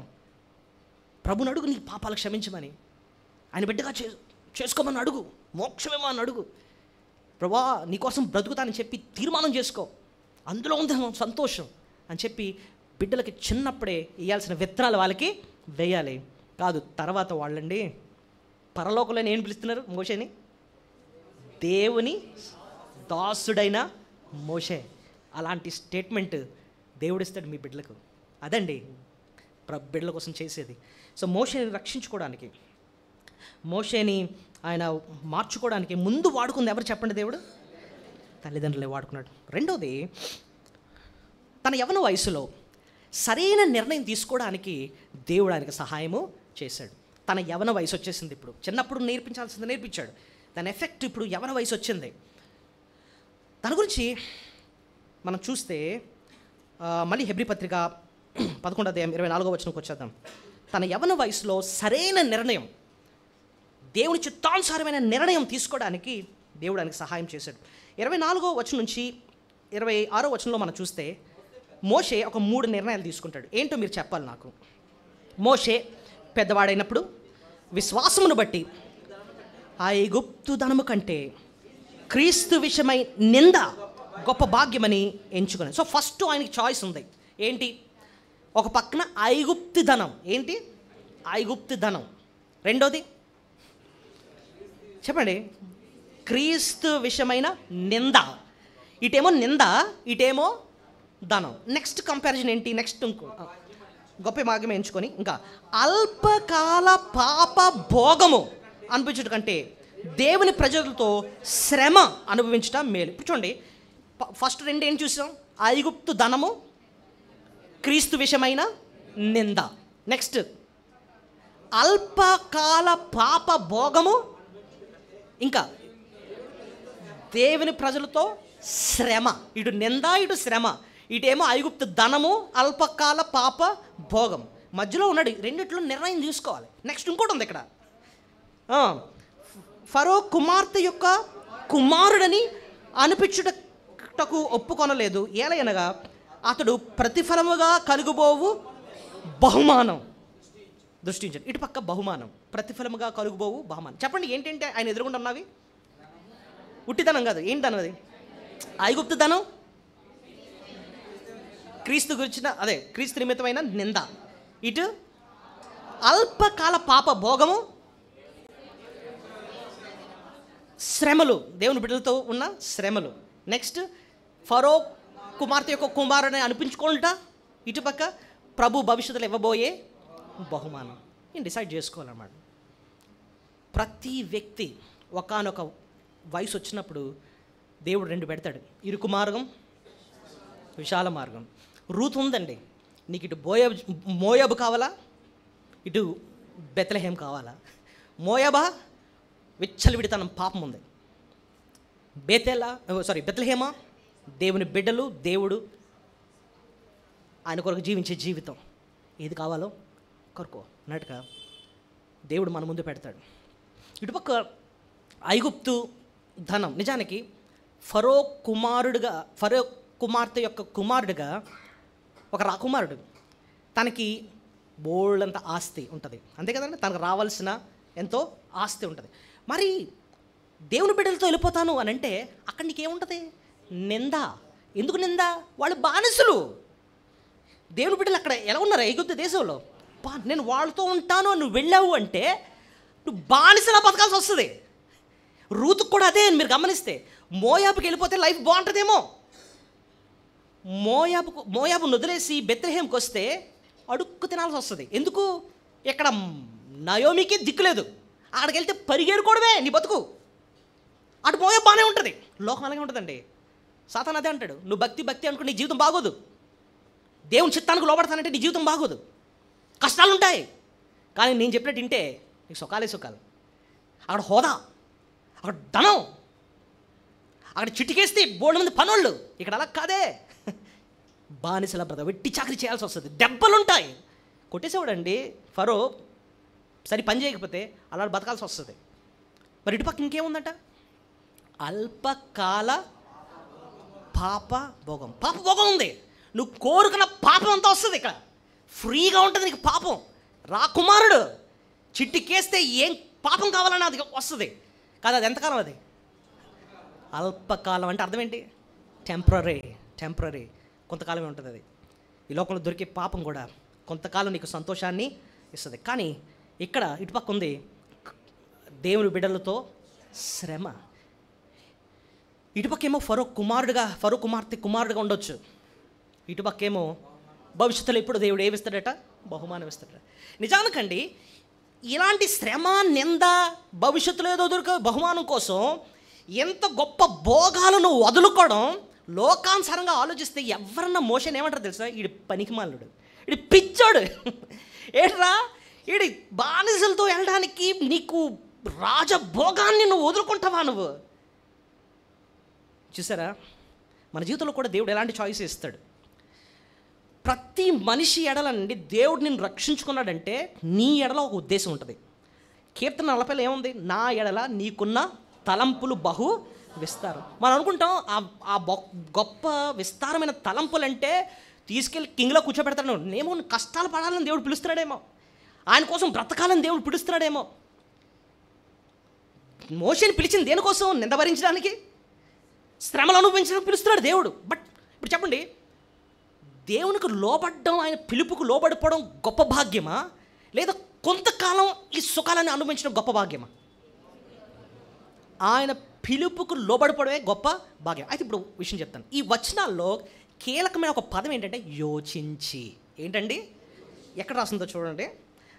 26వ వచనంలో 4వ లైన్లో ఉంటుంది చూడండి. దేవుని ప్రజలతో శ్రమ అనుభవించుట మేలని యోచించడం అంటే ఏంటి చెప్పండి? యోచించడం అంటే ఏంటో తెలుసా? ఆలోచించడం. ప్రతి మనిషి కూడా కూర్చొని యోచించాలట. మోషే అక్కడ కూర్చొని యోచించింది ఏంటో తెలుసా? తన గత 40 సంవత్సరాల జీవితం. ఎన్ని సంవత్సరాలు? 40 సంవత్సరాలు. ఈ 40 సంవత్సరాలు దేవుడు తను ఎలా నడిపించాడో ఇంతవరకు అది చూస్తేనే దేవుడు అసలు ఎందుకు ఆయన ఈ లోకంలో పుట్టించాడో ఆయనకు అర్థమైపోయింది. ఏంటి చిన్న వయసులోనా? అప్పటికేమో ఫరో ఏమో అందరినీ చంపించేస్తున్నాడు పిల్లలందరినీ. ఆ టైంలో నేను బతికేనా? మా తల్లిదండ్రులు ఉపయోగించుకున్నాడు దేవుడు. ఇప్పుడు బతికాను కరెక్టే. నా దృష్టి ఎవరి మీద పడింది? ఫరో కుమార్తె మీద పడింది. ఫరో కుమార్తెకి నా పట్ల కనికరం వచ్చిందా? అదొక అద్భుతం. మళ్ళీ ఈ లోపల మా అమ్మ చేతిలో పెట్టిందా? మా అమ్మ దగ్గరే పెరిగానా నేను? మళ్ళీ ఆవిడ జీతం ఇచ్చిందా? మళ్ళీ చదువుకోవడానికేమో దేవుడు మళ్ళీ ఎక్కడ చదువుకున్నాడు అంటే తెలుసా? మోషే ఎక్కడ చదువుకున్నాడు? ఐగుప్తు దేశంలో ఆ గొప్ప విద్యలన్నీ కూడా దేవుడు నేర్పించాడా? ఏంటి నాలాంటి ఒక హెబ్రీయుడిని, ఒక బానిసకి దేవుడు ఇంత శ్రేష్టమైన జీవితం ఇచ్చాడు. ఎందుకు ఇచ్చిండుంటాడు? ఆలోచించాడంటే ఎందుకు నన్ను అలా ప్రిపేర్ చేస్తున్నాడు దేవుడు? మీ జీవితంలో మీరు ఆలోచిస్తుంటే మీ గత జీవితంతో ఒకసారి ఆలోచించండి. దేవుడు ఎందుకు మిమ్మల్ని పుట్టించాడు మీకు అర్థమైపోద్ది. ఎవడికి లేని వాక్యాన్ని మీకు ఇస్తున్నాడు, ఎవడికి లేని సహవాసాన్ని మీకు ఇస్తున్నాడు, ఎవడికి లేని వాక్య జ్ఞానాన్ని మీకు ఇస్తున్నాడు, ఎవడికి లేని తల్లిదండ్రులు మిమ్మల్ని హెచ్చరించే సేవకుల్ని హెచ్చరించే తల్లిదండ్రులు మీకు ఇస్తున్నాడు. ఎందుకు తెలుసా? మీ పట్ల ఒక గొప్ప ప్రణాళిక ఉంది. వేరెవరికి లేని గొప్ప ప్రివిలేజెస్ నీకు నాకు ఇస్తున్నాడు దేవుడు. ఎందుకంటే ఒక ప్లాన్ ఉంది. నువ్వు ఆ ప్లాన్కు లోబడ్డం నీకు మేలు, కానీ అవన్నీ ఎలాగుంటే నాకు ఎందుకంటే నాకు ఎలా ఉండాలన్నది నేను అలగబోతుతానని చెప్పి ఆయన నిన్ను ఇంతవరకు తీసుకొచ్చిందంతా కూడా నువ్వు యోచించకుండా అలా పడేసి నా ఇష్టం వచ్చినట్టు ఉంటాను అనుకోవడం అంతకన్నా దరిద్రం కూడా ఏం లేదండి. సో నువ్వు ఆలోచించాల్సిందంటే నువ్వు కూడా కూర్చొని ఏం చేయాలి? ఆ మాట అక్కడ రాస్తున్న మాట ఏంటి? యోచించాలి. దేవుడు నన్ను ఇంతవరకు ఎలా సిద్ధపరిచి నా గురించి నేను ఆలోచించుకుంటుంటే అసలు నన్ను అనుకున్న రీతిలో అద్భుతంగా కొన్ని జీవితాలు అంటే నా జీవిత మలుపులు చూశాను నేను అనమాట. నన్ను ఇక్కడ నుంచి ఒక మంచి సేవకుల దగ్గర కూర్చోబెట్టడం, వాళ్ళ దగ్గర భక్తి అంటే ఏంటో నేర్పించడం, అక్కడ నుంచేమో బైబిల్ కాలేజ్ తీసుకెళ్ళడం, అక్కడేమో కొన్ని వాక్యాలు నాకు నేర్పించడం, అక్కడ నుంచేమో నా జీవితంలో కొన్ని కష్టాలు దేవుడు ఒప్పుకున్నాడు. ఆయన ఈ శ్రమలు, ఈ కష్టాలు, ఆయన ఇచ్చిన ప్రివిలేజెస్, ఆయన ఇచ్చిన టాలెంట్స్ ఇవన్నీ చూస్తుంటే నాకు అర్థమైపోయింది దేవుడు నన్ను ఒక పరిచర్య కోసం నన్ను ఏం చేస్తున్నాడు? సిద్ధపరుస్తున్నాడు. నాకైతే అర్థమైంది అనమాట. దేవుడు అలాగే తీసుకొచ్చి అలా వాడుకున్నాడు. సో దేవుడు పిలిపంటే ఏంటో అండి అనుకుంటా. గత సంవత్సరం అంతా ఒకసారి ఆలోచించు, యోచించు, నీకే అర్థమైపోద్ది దేవుడు ఎందుకు నిన్ను అసలు సృష్టించాడు, ఎందుకు నిన్ను రక్షించుకున్నాడు. కూర్చొని ఆలోచించు. మోషే ఇక్కడ ఆలోచించాడంటండి, యోచించాడంట. దేవుడు ఆయనకి ఇచ్చిన కృప ఏంటంటే, ఆయన ఇచ్చిన విశ్వాసం ఎంత గొప్పదంటే, ఈ అల్పకాల పాప భోగాల కన్నా దేవుడు కోసం నేను బతుకుతాను అని చెప్పి నిర్ణయం తీసుకున్నాడటండి. సో ఎంత గొప్ప విషయం అంటే, నాకు ఆ శ్రమే కావాలి, ప్రభు కోసం నిందే కావాలి, ఆయన ఇచ్చే బహుమానం కావాలి, కానీ ఈ ఫరో కుమార్తె యొక్క కొడుగ్గా నాకు వచ్చే బహుమానం నాకేమీ వద్దు అని చెప్పి కాదనుకొని ప్రభు కోసం కష్టం పడడానికి నిర్ణయము తీసేసుకున్నాడు అన్నమాట. సో ఇక్కడ రెండోది మనం మోషే జీవితంలో మనం చూసేది ఏంటంటే, తన యవన వయసులో సరైన నిర్ణయం తీసుకోవడానికి దేవుడే ఆయనకి సహాయము చేశాడు. కీర్తన 25వ అధ్యాయం ఒకసారి తీయండి. ప్రభువు మనకు కూడా అంటండి సరైన నిర్ణయం తీసుకోవడానికి ఆయన మనకు సహాయము చేస్తాడు. ఎక్కడ చూడండి, కీర్తన 25వ అధ్యాయము ఎన్నో వచనం అంటే 25 నాకు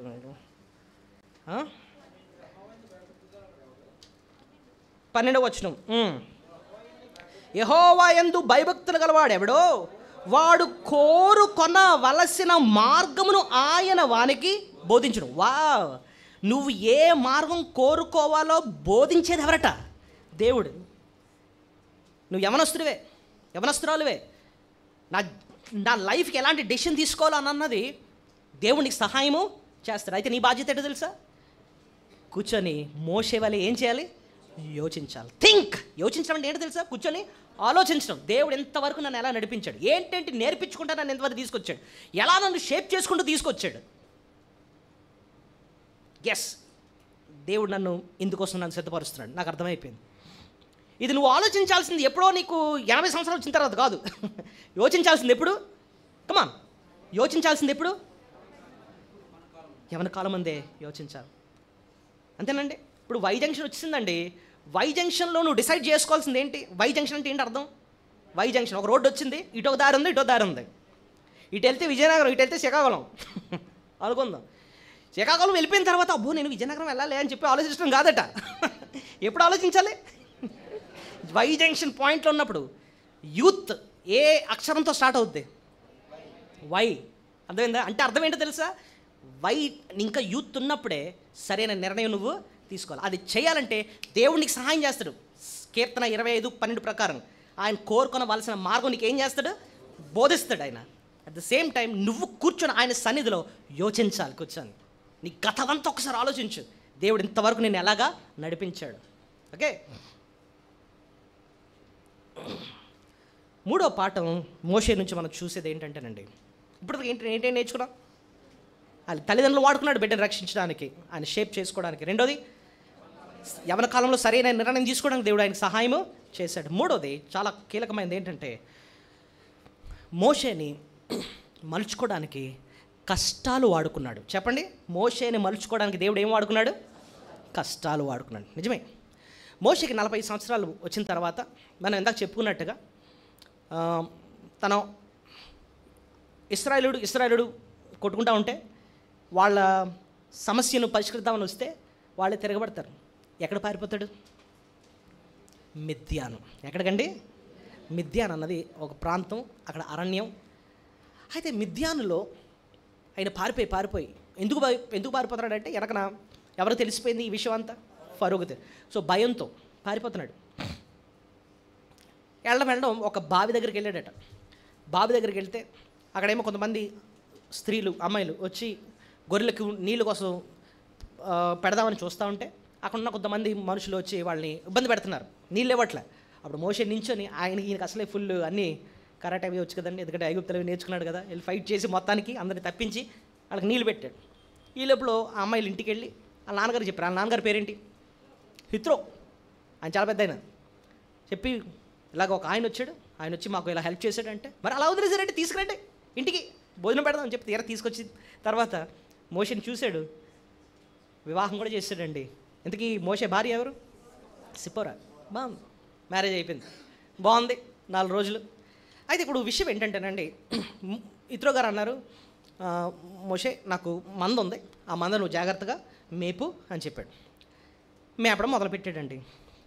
తన జీవితం 40 ఇయర్స్ నుంచి ప్రారంభమయ్యి గొర్రెలు కాసుకుంటూ వయసు ఎంత అయిపోయింది తెలుసా? ఇప్పుడు 80 సంవత్సరాలు. ఊహించండి, మనమే మోషే ప్లేస్లో ఉన్నాం అనుకోండి, మన జీవితం గురించి మనం ఏమో ఆలోచించుకుంటూ ఉంటాం చెప్పండి. మోషే మంద మేపుతున్నాడు, చేతిలో కర్ర, కూర్చున్నాడు, ఏమో టిఫిన్ బాక్స్ ఏమో తీసుకుని వెళ్ళాడేమో, టిఫిన్ తింటూ అలా కూర్చొని అసలు జీవితం గురించి ఆలోచించాడు. అలా వెనక్కి తిరిగి చూస్తే 80 సంవత్సరాలు అయిపోయాయి, ముసలి వయసు కూడా వచ్చేసింది. ఏమనుకుంటుంటాడు చెప్పండి? చిన్నప్పుడు మా అమ్మ ఏదో చెప్పింది, దేవుడు అద్భుతంగా నన్ను కాపాడాడని, దేవుడు నిన్ను వాడుకుంటాడు ఐగుప్తు దేశం నుంచి ప్రజల్ని కనాను తీసుకెళ్ళడానికి, నీ ఎడల గొప్ప ఉద్దేశాలు ఉన్నాయి అని చెప్పి అన్ని విద్యలు దేవుడు నేర్పించాడు. 80 సంవత్సరాలు అయిపోయింది, ఇంకా నేను దేవుడికి ఏమీ చేయలేను, నా జీవితం పెద్ద వేస్ట్, ఇంక ఇలాగే చచ్చిపోతాను, ఇంకా ఏవేవో చేద్దాం అనుకున్నాను కానీ ఏమి ఇంకా చేయలేను అని చెప్పి నేను అనుకుంటున్నాను చాలా నిరుత్సాహంలోకి వెళ్ళిపోయి ఉంటాడు మోషే. 40 సంవత్సరాల వయసు ఉన్నప్పుడు చాలా రోషం ఉంది దేవుడి కోసం ఏదో చేసేద్దామని. కానీ దేవుడు ఆయన చూస్తున్నప్పుడు, మోషే నువ్వు పెద్ద హీరో అనుకుంటున్నావు కానీ నువ్వు ఇంకా నేను అనుకున్నట్టు సిద్ధంగా లేవు, నేను ఇంకొంచెం అహంకారం ఉంది, నేను ఏదన్నా చేసేయగలను అని నువ్వు అనుకుంటున్నావు, ఎందుకంటే నీ విద్యలు అవి నేర్చుకున్నావు కాబట్టి. కానీ అలాంటి వాళ్ళు నేను ఇంకా వాడుకోను, నీలో ఒకటి పోవాలి, ఏంటో తెలుసా, గర్వం, అతిశయం, ఇవన్నీ కూడా పోవాలి అని చెప్పి దేవుడు 40 సంవత్సరాలు ఏం చేశాడు తెలుసా అండి, కష్టాలు ఒప్పుకొని మెల్లిమెల్లిగా ఆయన్ని మలుచుకున్నాడు. ఏ స్టేజ్కి వచ్చేసాడంటే ఇంకా నేను దేనికి పనిచేయను. చూడండి, ఆలోచించండి, మోషే గురించి ఇంకొక విషయం చెప్తాను. చదివింది ఎక్కడ? ఐగుప్తు దేశం. ఐగుప్తు దేశంలో చదవడం అన్నది ఎంత గొప్ప విషయం అంటే, ఈ కాలంలో బిగ్ యూనివర్సిటీస్ ఉన్నాయి, హార్వర్డ్ యూనివర్సిటీ అని, ఆక్స్ఫర్డ్ యూనివర్సిటీ అని, కేంబ్రిడ్జ్ యూనివర్సిటీ అని, అలాంటి యూనివర్సిటీస్ ఉన్నాయి. అలాంటి గొప్ప యూనివర్సిటీలో చదివాడు ఎవరు? మోషే. కానీ ఇప్పుడు ఏం చేస్తున్నాడు? గేదెలు కాస్తున్నాడు కూర్చొని. మీ అబ్బాయే, బాబు ఎక్కడ చదువుకున్నావు బాబు అంటే కేంబ్రిడ్జ్ యూనివర్సిటీ అండి, ఇప్పుడు ఏం చేస్తున్నాడంటే గేదెలు కాస్తున్నానండి అని అన్నాడు అనుకోండి, ఎలా ఉంటుంది చెప్పండి? మీకెంత బాధ ఉంటుంది కదండి. మోషే ఏమైపోయిన ఉంటాడు ఆలోచించండి. నేను చదివింది, నా జ్ఞానం, నా విద్య ఏమైపోయిందిరా, నా టాలెంట్స్ అన్నీ కూడా కుల్లి కాలంలో వేసినట్టు అయిపోయింది. ఇప్పుడు ఎందుకు పని చేయకుండా కూర్చొని గేదెలు కాస్తున్నాను నేను? ఏ చదువు లేనోడు అదే పని చేస్తున్నాడు, ఎంత చదువుకున్నాను కదా నేను కూడా గేదెలనే కాస్తున్నాను, ఏంటి నా బ్రతుకు అని చెప్పి అంత నిరుత్సాహం వచ్చిందంటుంది. ఆలోచించండి. ఒక పక్కన చెప్పాలంటే ఈ కష్టాలన్నిటి ద్వారా దేవుడు ఒక పని చేస్తున్నాడు. హీరో లాంటి మోషేని భలే చెప్పేశారు, నిజంగానే జీరో చేసి పడేసాడండి. దేవుడికి కావాల్సిన జీరోలే, దేవుడికి కావాల్సిన హీరోలు కాదండి, దేవుడికి కావాల్సింది ఎవరు? జీరోలే కావాలన్నమాట. దేవుడు మనల్ని కూడానండి మన అహంకారం అంతా తీసి జీరో చేస్తాడు, అప్పుడే మనల్ని తీసుకొచ్చి వాడుకుంటాం. 8 years వచ్చిన తర్వాత అప్పుడు పొదల నుంచి దేవుడు ఏం చేస్తాడు, మోషే అని చెప్పి పిలుస్తాడు. ఇప్పుడు నేను నిన్ను వాడుకుంటాను. అప్పుడు అంటాడు నిజంగానే మోషే, దేవా నేను రాను నాయన, ఇంకెవరన్నా చూసుకోను నాయన, నేను పని చేయను నాయన, నాకు అదే కావాలి, అలాంటి మనసు ఉన్నవాడే కావాలి. నేను ఏదో పీకేస్తాను, నీకు ఇది చేస్తాను అది చేస్తాను అలాంటి నాకు వద్దు, అది గర్విష్టి నాకు వద్దు, నాకు నీలాంటి మనసు ఉన్నవాడే కావాలి. ఈ మనసు రావాలని నేను ఎంతకాలం వెయిట్ చేశాను తెలుసా? 80 సంవత్సరాలు వెయిట్ చేశాను. దేవుడు శ్రమల ద్వారా, కష్టాల ద్వారా మోషేని ఆయన అనుకున్న రూపంలోకి తీసుకొచ్చాడు. దేవుడు మన జీవితంలో కూడా ఎందుకండి ఆలస్యాలు చేస్తూ ఉంటాడు. 8 years వెయిట్ చేశాడండి మోషే, అంటే దాదాపు 8 years పట్టింది. మన జీవితంలో కూడా దేవుడు ఎందుకు ఆలస్యం చేస్తాడు? కొనుక్కుని వెంటనే ఆయన ఎందుకు చేసేయడంటే, మనం అనుకున్న రూపంలోకి ఇంకా రాలేదు, అనుకున్న రూపం ఇంకా రాలేదన్నమాట. ఇంకా మారాల్సిందే ఉన్నాయి, ఇంకా మనలో ఉన్న అహంకారం పోవాలి, ఇంకా మనం జీరో అవ్వలేదన్నమాట. అర్థమైందా మీకు? హీరో ఏమైపోవాలి చెప్పండి? జీరో. ఐ క్యాన్ అన్నవాడు ఐ కెనాట్ రావాలన్నమాట. ఐ క్యాన్ అంటే అర్థం ఏంటి? ఏదైనా చేసేయగలను. ఐ కెనాట్ అంటే అర్థం ఏంటి? నేనేమీ చేయలేను ఆయన. ఆ స్టేజ్కి వచ్చేలాటండి మనం. ఆత్మీయంగా ఎదగడం అంటే కింద నుంచి పైకి కాదండి, పైనుంచి కిందకి దిగడం, దీనత్వంలోకి రావడం అనమాట. Only then God will use you. దేవుడు వాడుకోవాలంటే గాడిదని వాడుకోగలడు, అవునా కదా? బిలాముకు బుద్ధి చెప్పడానికి ఏది వాడుకున్నాడు? ఇప్పుడు ఎవరికన్నా బుద్ధి లేదనుకోండి, మనం తిట్టడానికి వాడుకుంటాం ఏ పదం? గాడిద అని తిడతాం అనమాట, ఎందుకంటే నీకేం బుద్ధి లేదు. అలాంటి గాడిదని బుద్ధి చెప్పడానికి, బిలాముకు బుద్ధి చెప్పడానికి వాడుకున్నాడు. నీకు దేనత్వం ఉంటే నువ్వు గాడిద అవ్వచ్చు, కానీ దేవుడు నిన్ను వాడుకుంటాడు. Key factor is humility. నాకు అదొచ్చు, నాకు ఇంగ్లీష్ వచ్చు, నాకు తెలుగు వచ్చు, నాకు ఇన్ని మార్కులు వచ్చు, నేను ఎవరినన్నా నా మాటకారితనంతో వచ్చేసేస్తాను. దేవుడు అంటే కూర్చో, అయితే కూర్చో, ఇంకా నువ్వు రెడీగా లే బాబు. God wants humble people. అది చేయడానికి దేవుడు మనల్ని శ్రమల ద్వారా ఆయన ఏం చేస్తాడు? నలగొడతాడు అనమాట. యాకోబు జీవితంలో కూడా దేవుడు తనని మలుచుకోవడానికి ఏది వాడుకున్నాడు? కమా మొన్నే కదండి వాక్యం విన్నాం. మొన్నది అడిగితే ఎలా చెప్తామండి అంటారు. యాకోబుని నలగొట్టడానికి ఎవరిని వాడుకున్నాడండి? లాబాను. అన్న కదా చూసాం. ఈయనకి అంత చాలా వికెట్ మైండ్ మన యాకోబుది. ప్రతిది కూడా స్వలాభం కోరే వ్యక్తి అనమాట. ఏసావు నాటి దగ్గర కోరెత్తాను, నాకేమిస్తావు, జ్యేష్ఠత్వం ఇచ్చే. దేవుని దగ్గర నువ్వు కానీ నాకు మేలు చేస్తే అప్పుడు నేను నీకోసం మందిని కడతాను, అప్పుడు నేను నీకోసం ఇచ్చేస్తాను నచ్చేస్తానని చెప్పి అందరి దగ్గర స్వలాభం కోరే వ్యక్తి అనమాట. చీట్ చేసే వ్యక్తి అనమాట. అంతే 20 సంవత్సరాల లాభాన్ని తన జీవితంలోకి తీసుకొచ్చాడు. కంటి మీద నిద్ర లేకుండా చేశాడంటండి. మొన్న కదా మనం చదివాం. కంటి మీద ఏం లేదట ఆయనకి. 20 సంవత్సరాలు బట్టి నేను నిజంగా బాగా పడుకోని అంటున్నాడు అనమాట. ఎందుకన్ని కష్టాలు దేవుడు ఒప్పుకున్నాడంటే యాకోబుని ఎలా మార్చాలి? ఇశ్రాయేలుగా అయినా మార్చాలి, నలగొట్టాలన్నమాట. God uses sufferings in our lives to shape us. ఆయన ఒక రాయినండి శిల్పి ఏం చేస్తాడు? దెబ్బలు కొట్టి ఏం చేస్తాడు? షేప్ చేస్తాడు. ఒక అబ్బాయి నాకు చెప్పాడు సాక్ష్యం. అన్న, ఒక ఎగ్జామ్ రాద్దాం అనుకున్నానన్న, సంవత్సరాలు రాస్తున్నాను కానీ పాస్ అవ్వట్లేదన్న. అది పూర్తి పెద్ద కష్టమైన ఎగ్జామ్ కూడా కాదు, అన్నీ వచ్చు, రాస్తున్నాను, రిజల్ట్ వచ్చేటప్పుడు ఫెయిల్ అయిపోతున్నాను. నా తోట వాళ్ళందరూ పాస్ అయిపోతున్నారు. నాకు చాలా డిప్రెషన్లోకి వెళ్ళిపోయాను నేను. ఏంటి నా బతుకు ఏమైపోతుంది, ఏంటి 2-3 years వేస్ట్ అయిపోయింది నా జీవితంలో. మొత్తానికి కొన్ని సంవత్సరాలు పాస్ అయ్యాడు. వచ్చి తను ఇచ్చిన సాక్ష్యం ఏంటో తెలుసా? ఈ కొన్ని సంవత్సరాల్లో ఉన్న దేవుడు నన్ను నిజంగా మార్చాడన్న. ఆయన మీద ఆధారపడ్డం అంటే ఏంటో నేర్పించాడన్న. నిజంగా కానీ దేవుడు ఆ శ్రమ ఒప్పుకోకపోయి ఉండుంటే నేను ఎప్పటికీ మారనన్నా. నన్ను తగ్గించుకునేటట్టు చేశాడు. నాకు చాలా పొగరుండేదన్న. అదంతా తగ్గింది. ఎందువల్లంటే దేవుడు ఈ కష్టం ద్వారా నన్ను మలుచుకున్నాడు.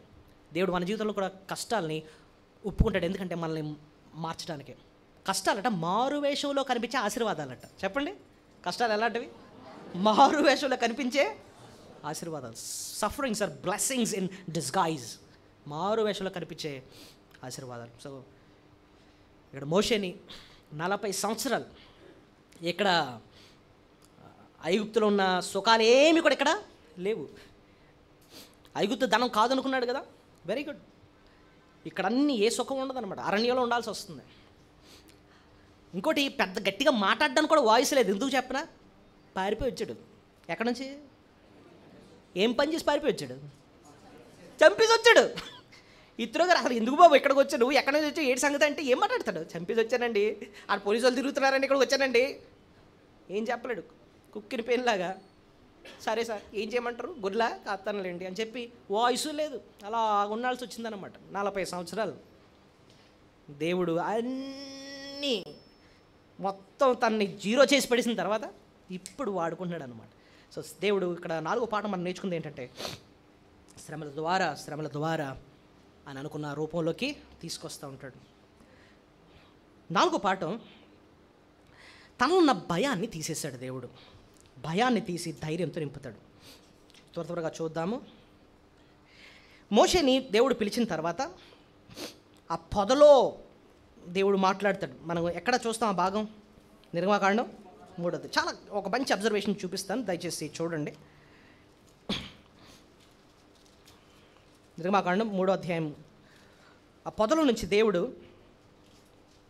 ఎక్కడ రాస్తుంటుంది ఆ మాట చూడండి. 2వ వచనం. ఒక పొద నడుముని అగ్ని జ్వాలలో యెహోవా దూత అతను ప్రత్యక్షమాయను. అతను చూచినప్పుడు అగ్ని వలన ఆ పొద మండుచుండెను, కానీ పొద కాలిపోలేదు. అప్పుడు మోషే ఆ పొద ఎలా కాలిపోలేదో నేను ఆ తట్టు వెళ్ళి ఈ గొప్ప వింత చూసేదని అనుకున్నాను. దాన్ని చూచుటకు ఆ తట్టు వచ్చి యెహోవా చూసి దేవుడు ఆ పొద నడుమున మోషే మోషే అని అతన్ని పిలిచాను. అందుకు అతడు చిత్తం ప్రభువా అనేను. అందుకు ఆయన దగ్గరకు రావద్దు, నీ పాదం నుండి నీ చెప్పులు విడమము. సరే సరే సరే సరే ఇప్పుడు నేను ఒక క్వశ్చన్ అడుగుతాను. దేవుడు పొద, మంట ఇలాంటి రీతిలోనే ఆయనకి ఎందుకు కనిపించాడండి? ఆ పొద మంట ఆయనకి ఏమి నేర్పిద్దామని మోషేకి దేవుడు అలాగే ప్రత్యక్షమయ్యాడు? ఇంకోలాగేమన్నా రావచ్చు కదా, ఇంకోలాగేమన్నా ప్రత్యక్షం అవ్వచ్చు కదా. పొద మంట, ఈ బుష్, బర్నింగ్ బుష్ అంటాం, అలాగే ఎందుకు కనిపించాడు? ఒక కారణం ఉంది. ఏంటో తెలుసా? మీకు టెక్స్ట్ చూస్తే మీకే అర్థమవుద్ది. నిర్గమకాండం 3:12 ఇది ఒకదానికి సూచన అని అంటున్నాడు. చూడండి, ఆయన నిశ్చయముగా నేను నీకు తోడయ్యందును, నేనే నిన్ను పంపితనుటకు ఇదే నీకు సూచన. ఏది సూచన? ఈ మంట అంట, పొదందంట, అదేమో మండుతుందంట, కానీ ఏమవ్వట్లేదు, కాలట్లేదు. మామూలుగా అయితే పొదకు మంట వెలిగిస్తే కాసేపటికి ఏమైపోవాలి, కాలిపోవాలి. కానీ పొద అలాగే ఉంది, మంట అలాగే ఉంది, కలిసే ఉంటున్నాయి కానీ ఏమవ్వట్లేదు, బసమైపోయి కాలిపోవట్లేదు. అలా ఉండడం ఒకదానికి సూచన. ఏంటో తెలుసా ఆ సూచన? నేను నీకు తోడే ఉంటానన్న దానికి అది సూచన, తోడు. అది గుర్తుపెట్టుకోండి. ఇప్పుడు ఒక్కసారి ఆ బర్నింగ్ బుష్ని ఒకసారి ఆలోచిద్దాం. మండుతున్న ఆ పొదను ఒక్కసారి అలా చూడండి. పొద ఎవరికి సాదృశ్యం అంటే మనమే. దహించు అగ్ని ఎవరు? దేవుడు. దేవుడు. మరి ఆ దహించు అగ్ని పొదను ఏం చేయాలి? అసలు కాల్చేయాలి. కాల్చేయాలి. ఎందుకంటే ఆయన పరిశుద్ధుడు, మనిషి పాపి. పాపాత్ముడైన మనిషి, పరిశుద్ధుడైన దేవుడు కలిసి ఉంటున్నారు అంటే ఎలా సాధ్యం అండి? ఆలోచించండి. దేవుడు పరిశుద్ధుడు, మనిషి పాపాత్ముడు. పాపాత్ముడైన మనిషి దగ్గరికి వెళ్ళాడంటే కాలిపోవాలి అసలు. కానీ రెండు ఎలా కలిసి ఉంటున్నారు? ఒకటే జరగాలి. ఏంటో తెలుసా? పరిశుద్ధుడైన దేవుడు పాపాత్ముడైన మనిషి కదా, పాపాత్ముడైన మనిషి పరిశుద్ధపరచబడాలి. ఎప్పుడు పరిశుద్ధపరచబడతారో మనిషి దేవుడు కలిసి ఉండగలరు. అయితే ఇప్పుడు చూడండి, పరిశుద్ధుడైన దేవుడు, ఆయన రొమ్మున ఒక పరిశుద్ధుడు ఉన్నాడు. రొమ్మున ఆనుకొని ఎవరు? ఆయన కుమారుడైన యేసు. ఆయన పరిశుద్ధుడైన కాబట్టి తండ్రితో కలిసి ఉండగలుగుతున్నాడు ఆయన. ఆ పరిశుద్ధుడైన ఆ ప్రభు ఈ లోకానికి వచ్చాడు. పుట్టబోవు శిశువు పరిశుద్ధుడై దేవుని కుమారుడు అనబడిన కదా. ఎవరు మాట పలికింది? ఎవరు? దేవదూత. ఆ పరిశుద్ధుడైన ప్రభు ఈ లోకానికి వచ్చాడు. ఎందుకు వచ్చాడు తెలుసా? పాపాత్ముడైన మనల్ని పరిశుద్ధపరచడానికి. ఎప్పుడైతే ఆయన మన పాపాలు క్షమించి మనం పరిశుద్ధపరిచాడో, పాపాత్ముడైన మనిషి పరిశుద్ధపరచబడి దేవునితో సహవాసం కలిగి ఉంటున్నాడు అనమాట, తోడుగా ఉంటున్నాడు. అందుకోసం ఇమ్మానుయేల్ అంటే అర్థం ఏంటి? దేవుడు మనకు తోడు. ఆ పై వచనంలో అంటున్నాడు, తన ప్రజలు వారి పాపముల నుండి ఆయనే రక్షించిన కనుక ఆయనకి ఏం పేరు పెట్టారు? యేసు. ఆ యేసు అన్న రక్షకుడు పాప విమోచన కొరకు ఈ లోకానికి వచ్చి మన పాపాలు క్షమించాడు కాబట్టి ఇప్పుడు ఇమ్మానుయేల్ ఆయన మనకు ఎలా ఉన్నాడు? ఆయన తోడు. ఇప్పుడు మోషే అదే అంటున్నాడు, నేను నీకు తోడుగా ఉంటానని చెప్పి ఇది నీకు సూచనగా నేను పెట్టాను. భయాన్ని ఎలా తొలగించాడు తెలుసా? ఒకటే, నేను నీకు ఎలా ఉంటున్నాను? తోడుగా ఉంటాను, నన్ను చూడు. మోషే కనీసం 4 సార్లు అంటాడట, ఏమని? ప్రభువా నేను వెళ్ళను, నేను వద్దు, ఇంకోళ్ళని చూసుకో. మీరే మీకు చూపిస్తాను చూడండి. 4వ అధ్యాయం 1వ వచనంలో ఏమంటాడు చూడండి. అందుకు మోషే చిత్తగించును, వారు నన్ను నమ్మరు. సో ఫస్ట్ ఏమంటాడు చెప్పండి? వారు నన్ను అంటే ఇది ఒక సాకు. ఆయనకు భయం కాబట్టి ఒక సాకు ఏం చెప్తాడు? వాళ్ళు నేను వెళ్ళి చెప్పినప్పుడు నమ్మరు ప్రభువా అంటాడు. ఇంకా కొంచెం పైకి వెళ్ళి చూస్తే 3:11 చూడండి, అక్కడ ఒక సాకు అంటాడు. 3:11 అందుకు మోషే, నేను ఫరో యొద్దకు వెళ్ళుటకును ఇశ్రాయేలు ఐగుప్తుల నుండి తోడుకొని పోవుటకును నేనెంతటి వాడనని దేవునితో చెప్పు. సో ఇక్కడేమంటాడు? నేనెంతటి వాడిని అంటే అర్థం ఏంటి? ఐ వాజ్ నోబడీ, నేను పెద్ద అంతోడిని కాదు నేను అంటే అది కూడా ఒక సాకు అనమాట. నేను వెళ్ళను అనడానికి నేను ఎంతటి వాడను. 4వ అధ్యాయం 1వ వచనంలో ఏమంటున్నాడు? నాలుగు నమ్మరు, నా మాట వినరు. ఇంకో కిందకి వెళ్తే ఇంకో సాగు చెప్తాడు 10వ వచనంలో చూడండి. అప్పుడు మోషే, ప్రభువా ఇంతకు మునుపైనను దాసు మాట్లాడినప్పటి నుండి నేను మాట నేర్పరిని కాదు, నేను నోటి మాంద్యము నాలుగో మాంద్యము గలవాడను. ఇంకేం సాకు? ప్రభు నా మాట్లాడడం రాదు. ఇవన్నీ ఏంటంటే దీని అన్నిటి వెనకన ఒక కీల పాయింట్ ఏంటంటే నాకు ఫరో అంటే భయం. ఫరోని ఎదుర్కోలేను. బాబోయ్ అక్కడికి వెళ్తే నన్ను ఏం చేస్తారు? చంపేస్తారు. బాబోయ్ ఆ భయం అనమాట. ఇప్పుడు దేవుడు మోషే ఒక మాట అంటే వెంటనే ఇంకో మాట ఎత్తుతున్నాడు ఆయన. ప్రతి చోట ఏంటో తెలుసా? ఫస్ట్ మోషే అంటాడు, దేవా నేనే పాటి వాడిని అని అంటే, నేను కదా నీకు తోడుగుండేది. 12వ వచనంలో అంటాడు 3:11లో నేను ఎన్నిక లేని వాడిని అంటే నేనెంతటి వాడును అంటే 12వ వచనంలో వెంటనే దేవుడు ఏమంటాడు? నిశ్చయంగా నేను నీకు ఎలా ఉంటాను? తోడుగుంటాను. సో తన దృష్టిని ఎవరి వైపు నుంచి ఎవరి వైపు మారుస్తున్నాడు? నీ వైపు చూడడం మానేసి నిన్ను బలపరిచే నా వైపు చూడు అంటున్నాడు. మళ్ళీ 4వ అధ్యాయం 1వ వచనంలో కూడా వారు నన్ను నమ్మరు నాయనా అంటుంటే వెంటనే దేవుడు ఏం చేశాడు తెలుసా? అయితే ఒక విషయం చెప్పు అంటే దేవుడు ఏం చెప్తున్నాడంటే నీకు ఒక 3 అద్భుతాలు నేర్పిస్తాను. ఏంటి ఆ 3 అద్భుతాలు? నీ దగ్గర కర్ర ఉంది కదా, అది కింద పడే, ఏమైంది? అది పామైంది. వెళ్ళి అది చెయ్యి, నమ్ముతారు. పోనీ అది సరిపోదు అన్నట్టుగా ఇంకోటి కూడా నేర్పిస్తాను. ఏంటి? నీ చెయ్యి ఇలా పెట్టు, ఇలా చెయ్యి, అది చచ్చిపోయింది, అదొక కుష్ఠరోగం వచ్చినట్టు అయిపోయింది, మళ్ళీ చెయ్యి పెట్టు, మళ్ళీ ఇది బాగైపోయింది, ఇలా అద్భుతం చెయ్యి. అది కూడా సరిపోతున్నట్టు ఇంకోటి నేర్పిస్తాను. అక్కడ నీళ్లు ఉన్నాయి, తీసుకొచ్చి కింద నెయ్యి. ఎలాగొచ్చింది అది? రక్తం అయిపోయింది. వెళ్ళి అద్భుతం చెయ్యి. సో దేవుడు ఏమన్నాడంటే, నీ మాట వినకపోయినా వాళ్ళ మాట వినేటట్టు నేను చేస్తాను, నా వైపు చూడు అంటున్నాడు అనమాట. మళ్ళీ ఎంత చేసిన తర్వాత మళ్ళీ మూడోసారి ఏమంటాడు, ప్రభు నా మాట్లాడడం రాదు, నాకు నత్తి, నేను మాట్లాడలేను, నాకు అంత నేర్పడం కాదు అంటే ప్రభు నెక్స్ట్ ఏమంటాడు? 11వ వచనంలో చూడండి. యెహోవా మానవునికి నోరిచ్చిన వాడు ఎవడు? మోగవానినే కానీ, చెవిటివాన్నే కానీ, దృష్టి వలిగే కానీ, గుడ్డివాన్నే కానీ పుట్టించేవాడెవడు? యెహోవాయేనా? నేనే కదా. కాబట్టి వెళ్ళుము, నేను నీ నోటికి తోడై ఉండి నీవు ఏమి పలకవలసిందో నీకు బోధిందని అతనితో చెప్పాను. అందుకు అతడు, అయ్యో ప్రభువా, నీవు పంప తలిచిన వారినే పంప. అప్పుడు మళ్ళీ ఏమంటాడు? ఎంత చెప్పిన తర్వాత మళ్ళీ ఏమంటున్నాడు?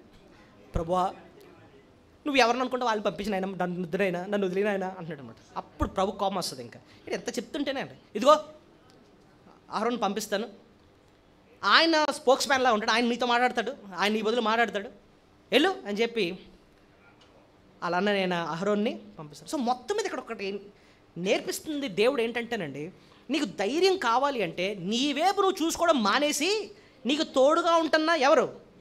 దేవుడు వైపు చూడు. యాకోబుకు కూడా అదే నేర్పించాడు దేవుడు. ఏసావు అంటే భయపడిపోతున్నాడు. ఏం చేశాడు దేవుడు? గతవారం కదా మనం నేర్చుకున్నాం. ఏసావు వచ్చేస్తున్నాడు ఆయన, దేవుడు ఆయన బాబోయ్ బాబోయ్ అని చెప్పి భయపడతా ఉంటే దేవుడు ఒకటే నేర్పించాడు. కాలు కుంటేటట్టు చేశాడు. ఎందుకంటే నీమే ఆధారపడడం మానేసి నా వైపు చూడు. లుక్ ఎట్ మీ, నేను కదా నేను బలపరిచేది, నేను కదా నిన్ను కాపాడేది. ఏసావు కాదు కదా, ఎవడొచ్చినా నేను చేయలేడు, ఎందుకంటే నేను నీకు వాగ్దానం ఇచ్చాను, నేను నీకు దూతను కావలుగా ఉంచుతున్నాను నేను. లుక్ ఎట్ మీ అంటాడు. సో భయం పోవాలంటే మనం ఎవరి మీద ఆనుకోవాలి చెప్పండి? ఎవరి మనసు నీ మీద ఆనుకుంటుందో వాళ్ళకే ఏముంటుంది? పూర్ణ శాంతి. ఆ పూర్ణ శాంతి కావాలి అంటే ఆయన మీద ఆనుకోవడం నేర్చుకో. మోషేకి దేవుడు అదే నేర్పిస్తాడు. Stop looking at yourself. నీ వైపు చూడడం మానే. మనం ఒక్కొక్కసారి అండి ఎలా భయపడిపోతాం అంటేనండి, నా భవిష్యత్తు ఏంటంటే, కొంతమంది ఎలాగే ఏం చేసావు బాబు ఇవాళ అంటే చింతించానండి కూర్చొని. దేనికోసం అంటే నా భవిష్యత్తు కోసం, నా బిడ్డలు ఏమైపోతారో, నేను ఎలా తినాలో, నేను ఎలా తాగాలో, ఏం ధరించాలో. ప్రభు ఏం చెప్తాడు? దేని గురించి నువ్వు చింతించొద్దు అంటే మనం భవిష్యత్తు గురించి తెగ భయపడిపోతూ ఉంటాం అన్నమాట. ఏమండి, దేవుడు పోషించాలంటే ఆశ్చర్య కార్యాలు చేసి పోషిస్తాడండి. ఎందుకంటే ఆయన మాట ఇచ్చాడు, నీతిమంతుడు విడువబట కానీ వాని సంతానము భిక్షమెత్తుడు కానీ నేను చూడలేదు, ఆయన నేను పోషిస్తాడు. మనందరికీ తెలుసు ఏలియాని కరువులు ఎలా పోషించాడు దేవుడు? కాకులను పంపించి పోషించాడు. జారైపోతే విధవరాల్ని దేవుడు ఎలా పోషించాడు? తొట్టే ఉంది, నూనె ఉంది, ఆ వేళకి సరిపోయేదే ఉంది, అయిపోయింది. ఉదయం లేచేటప్పుడు మళ్ళీ సిద్ధంగా అది ఉంది. ఎందుకు ఉంది అని అంటే దేవుడు ఆ పిండి తక్కువ చేయలేదు, ఆ బుడ్డిలో నూనె తక్కువ చేయలేదు. ఆయన కరువు కాలం అంతా కూడా పోషించాడు. బయట మలమల మాడిపోతూ ఉంటే ఈమెకు కడుపు నిండా దేవుడు ఆహారాన్ని ఆమెకు, ఆమె బిడ్డకు దేవుడు ఇచ్చాడు. ఎలా జరిగింది అండి అంటే దేవుడు నేను పోషించిన వాగ్దానం ఇచ్చి నెరవేర్చే దేవుడు ఆయన ఒకటే మాట్లాడు, నా రాజ్యమును నా నీతిని మొదలు వెతుకు, అప్పుడు ఇవన్నీ కూడా నేను ఇస్తాను. నువ్వు నీ గురించి నువ్వు చింతించడం మానే. నీవేపు నీ బ్యాంక్ బ్యాలెన్సు, నీకున్న ఫ్యామిలీ బ్యాక్గ్రౌండు, నీకున్న ఇవన్నీ చూసుకుంటే నీకు ఖచ్చితంగా టెన్షన్ వస్తుంది. అవి చూడడం మానే. నువ్వు చూడాల్సింది ఒక్కళ్ళని ఎవరు? దేవుడు. నిన్ను పుట్టించింది ఆయన, నిన్ను నడిపించింది ఆయన, రేపు ఉదయం పరలోకం తీసుకెళ్ళేది ఆయన. ఇంకా ఆయనే దిక్కు అనగా ఆయన వైపు చూస్తే జీవితానికి ముందు ధైర్యం వస్తుంది. మోషే భయానికి కారణం ఒకే ఒకటి, he was focusing much on himself rather than on God. నీ వైపు నువ్వు చూసుకుంటా ఉంటే నీకు ఖచ్చితంగా భయం వస్తుంది. మన వైపు చూడడం మానేసి ఆయన వైపు చూడడం నేర్చుకుందాం. ఆఖరిగా ఇంకొక పాఠం, అంటే చాలా కీలకమైన పాఠం కాబట్టి కొంచెం ఓపిక పెట్టి వినండి. 4 విషయాల్లో దేవుడు మలుచుకున్న 5ది ఒకటి, మోషేలో ఒక సమస్య ఉంది. మోషే సిప్పోరా వాళ్ళిద్దరిది ఒక కుటుంబం. వారి బిడ్డ ఎవరు? ఎవరిని చెప్పగలరా? వాళ్ళ బిడ్డ పేరేంటో చెప్పాలి. గెర్షోం. ఓకే, గెర్షోం గురించి ఆలోచిద్దాం. బిడ్డ పుట్టినప్పుడు మోషే చెప్పుండి ఉంటాడు ఏంటంటే, ఇశ్రాయేల్ ప్రజలైన దేవుడు ఓ మాట ఇచ్చాడు ఏంటంటే, పుట్టిన బిడ్డకు మగపిల్లోడైతే ఖచ్చితంగా ఏం చేయించాలి? సున్నతి చేయించాలి అని చెప్పుండి ఉంటాడు. అంటే ఊహిద్దాం. కానీ సిప్పోరా అని ఉంటుంది, మేము ఇక్కడ అలా చెయ్యం, మా మిద్యాను దేశంలో మా పద్ధతి వేరు, మా నాన్నగారు హిత్రో, ఆయన ఏం చెప్తే అదే జరగాలి ఇక్కడ అని చెప్పి లోబడకు లేదన్నమాట. ఎందుకంటే దేవుడు చెప్పాడు, అది చేయలేదు. కానీ మోషేని ఇప్పుడు దేవుడు పంపిస్తున్నాడు ఎక్కడికి? ఐగుప్తు దేశానికి. కానీ ఆ కుటుంబంలో ఒక అవిధేయత ఉంది. ఏంటి అవిధేయత? బిడ్డకి ఏం చేయించలేదు? సున్నతి చేయించలేదు. కానీ దేవుడు ఖచ్చితంగా చెప్పాడు అనమాట ఇశ్రాయేలు ప్రజలకి, ఖచ్చితంగా మగ పిల్లడు పుడితే ఏం చేయించాలి? సున్నతి చేయించలేదు. కానీ మోషే రెడీ అయిపోయాడు దేవుని పని చేయించడానికి, ముందుకెళ్ళిపోతున్నాడు అనమాట. ఈ అవిధేయతను కరెక్ట్ చేయించాలి దేవుడు. ఏం చేశాడు తెలుసా? నిర్గమకాండం 4వ అధ్యాయము 24వ వచనం చూడండి. అతడు పోవు మార్గమున సత్రములో యెహోవా అతనిని ఎదుర్కొని అతని చంప చూడగా. వెయిట్ దేవుడు ఒకళ్ళని ఎదుర్కొని చంప చూచాడంట. ఇంతకీ ఎవరిని చంపేద్దాం అనుకున్నాడు దేవుడు? నో, మోషే. సరిగ్గా చూడండి, 22 నుంచి చదువుదాం. అప్పుడు నీవు ఫరోతో, ఇశ్రాయేలు నా కుమారుడు, నా జ్యేష్ఠ పుత్రుడు, నేను సేవించినట్లు నా కుమారుని పోనిమని నీకు ఆజ్ఞాపించున్నాను. వాని పంపనొల్లని ఎడల ఇదిగో నేను నీ కుమారుని జ్యేష్ఠపుత్రుని చంపదని యెహోవా సెలవిచ్చినాడని అతనితో చెప్పమనేను. అతడు పోవు మార్గున, అతడు అంటే ఎవరు అక్కడ? మోషే. పోవు మార్గున సత్రంలో యెహోవా అతనిని అంటే మళ్ళీ ఎవరు? మోషే. ఎదుర్కొని అతనిని, ఇంతకీ అతను ఎవడు ఇప్పుడు చెప్పండి? మోషేని చంపదాం. అదేంటండి, మోషేనే దేవుడు ఎంత ఇప్పుడు పెద్ద స్టోరీ జరిగింది, ఇప్పుడేమో ఎక్కడ పంపిస్తున్నాడు? ఐగుప్తు పంపిస్తున్నాడు. ఇంత పెద్ద ప్రోగ్రాం ఉంచుకొని ఇక్కడ ఏం చేద్దాం అనుకుంటున్నాడు? మోషేని చంపేద్దాం అనుకోవడం ఏంటి? ఏం జరిగింది ఇక్కడ? ఇప్పుడు చూడండి. సిప్పోరా 25వ వచనంలో ఫస్ట్ పేరు వచ్చింది ఎవరిది? సిప్పోరా. వాడిగల రాయి తీసుకొని తన కుమారునికి సున్నతి చేసి అతని పాదముల యొద్ద అది పడవేసి, నిజముగా నీవు నాకు రక్తపు సంబంధమైన పెనిమిటివైతే నేను అంతటా ఆయన అతనిని విడిచెను. పాయింట్ ఏంటో చెప్పనా? మీకు అర్థమైపోయింది. అవిధేయత ఉంది వాళ్ళ ఇంట్లో. నాకు తెలిసి ఇది పెద్ద డిస్కషన్ అయి ఉంటుంది మోషేకిని సిప్పోరాకి. సున్నతి చేయించాలంటే నేను చేయించను, ఈ డిస్కషన్ అంతా అయ్యి ఉంటుంది. అరే ఇది దేవుడికి లోపడాలి, నేను లోపడను, ఇవన్నీ జరుగుతూ ఉంటాయి. ఆయన వెళ్ళిపోతున్నారు ఎక్కడికి? ఐగుప్తుకి, ఇశ్రాయేల్ ప్రజల్ని విడిపించడానికి. దేవుడు ఆపాడు. మోషేని చంపేద్దామని నేను అనుకుంటున్నా. ఏం జరిగిందో, హార్ట్ అటాక్ వచ్చిందో లేకపోతే ఏమొచ్చిందో మన నాకైతే తెలీదు. అయిపోతుంది, కళ్ళు ఎలా చేస్తున్నాడు. సిప్పోరాకు అర్థమైపోయింది, అయ్యో బాబోయ్ మా జీవితంలో అవిధేయత ఉంది కాబట్టి దేవుడు ఎంతవరకు తీసుకొచ్చాడు. అర్జెంటుగా తనకి గుర్తొచ్చింది ఒకటే, ఏంటంటే అవిధేయత. తీసుకొచ్చి బిడ్డకి సున్నతే చేసిందంట, పాదాల మీద పడేసిందంట. అంతే, దేవుడు మోషేని ఏం చేయకుండా అలాగా వదిలేశాడు. ఇక్కడ ఏం జరిగింది చెప్పండి? దేవుడు మోషే కుటుంబంలో ఉన్న అవిధేయతను సరిచేయడానికి అవకాశము ఇచ్చాడన్నమాట. ఇదిగో అవిధేయత ఉంటే నువ్వు నా పని చేయడానికి నేను ఒప్పుకోను, అది నువ్వు సరి చేసుకోవాలి. దేవుడు మన జీవితంలో కూడా మనల్ని సరి చేసుకోవడానికి దేవుడు మనకు అవకాశము ఇస్తాడు. ఒక్కొక్కసారి మాట ద్వారా చెప్తూ ఉంటాడు. లోబడకపోతే చిన్న శ్రమను పెడతా ఉంటాడు. లోబడే వరకు ఆయన ఊరుకోడు అన్నమాట. సో 5వది శ్రేష్టమైన పాఠం, వాళ్ళ జీవితంలో అవిధేయత ఉంది, సరి చేసుకోవడానికి దేవుడు సమయం వాళ్ళకి ఇచ్చాడు. ఈరోజు మనం బల్లకి వెళ్ళక ముందు మోకరించినప్పుడు మన కుటుంబంలో ఏంటి, మన వ్యక్తిగత జీవితంలో ఏంటి, ఏ అవిధేయతలు ఉన్నాయి, దేనికి నిజంగా మనం లోబడలే. మరి ఇదేనో మంచి వర్తమానం విన్నాం, ఏ విషయాల ద్వారా దేవుడు మనతో మాట్లాడాడు, ఒకసారి సరి చేసుకొని పశ్చాత్తాపడి, దేవా ఇదిగో ఈ విషయంలో నేను లోబడతాను నీకని చెప్పి తీర్మానం చేసుకొని ప్రభుకు లోబడదాం, బలలో పాలు పొందుదాం.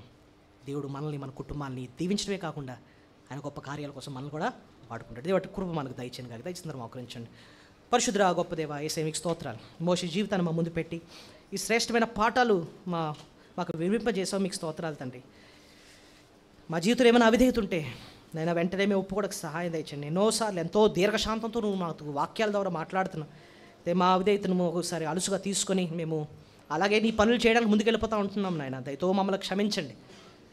మాతో ఈ రీతిగా మాట్లాడి నాయన మమ్మల్ని సిద్ధపరుస్తున్న విధానం బట్టి మీకు స్తోత్రాలు. వాక్యం విన్నా మేము ఎక్కడున్నా సరే నాయన సరి చేసుకోవడానికి నీ కృప దయచేయండి. నీ చిత్తానికి మేము లోబడ్డానికి, నీ పిలుపు మేము లోబడిపోవడానికి నీ కృప దయచేయండి.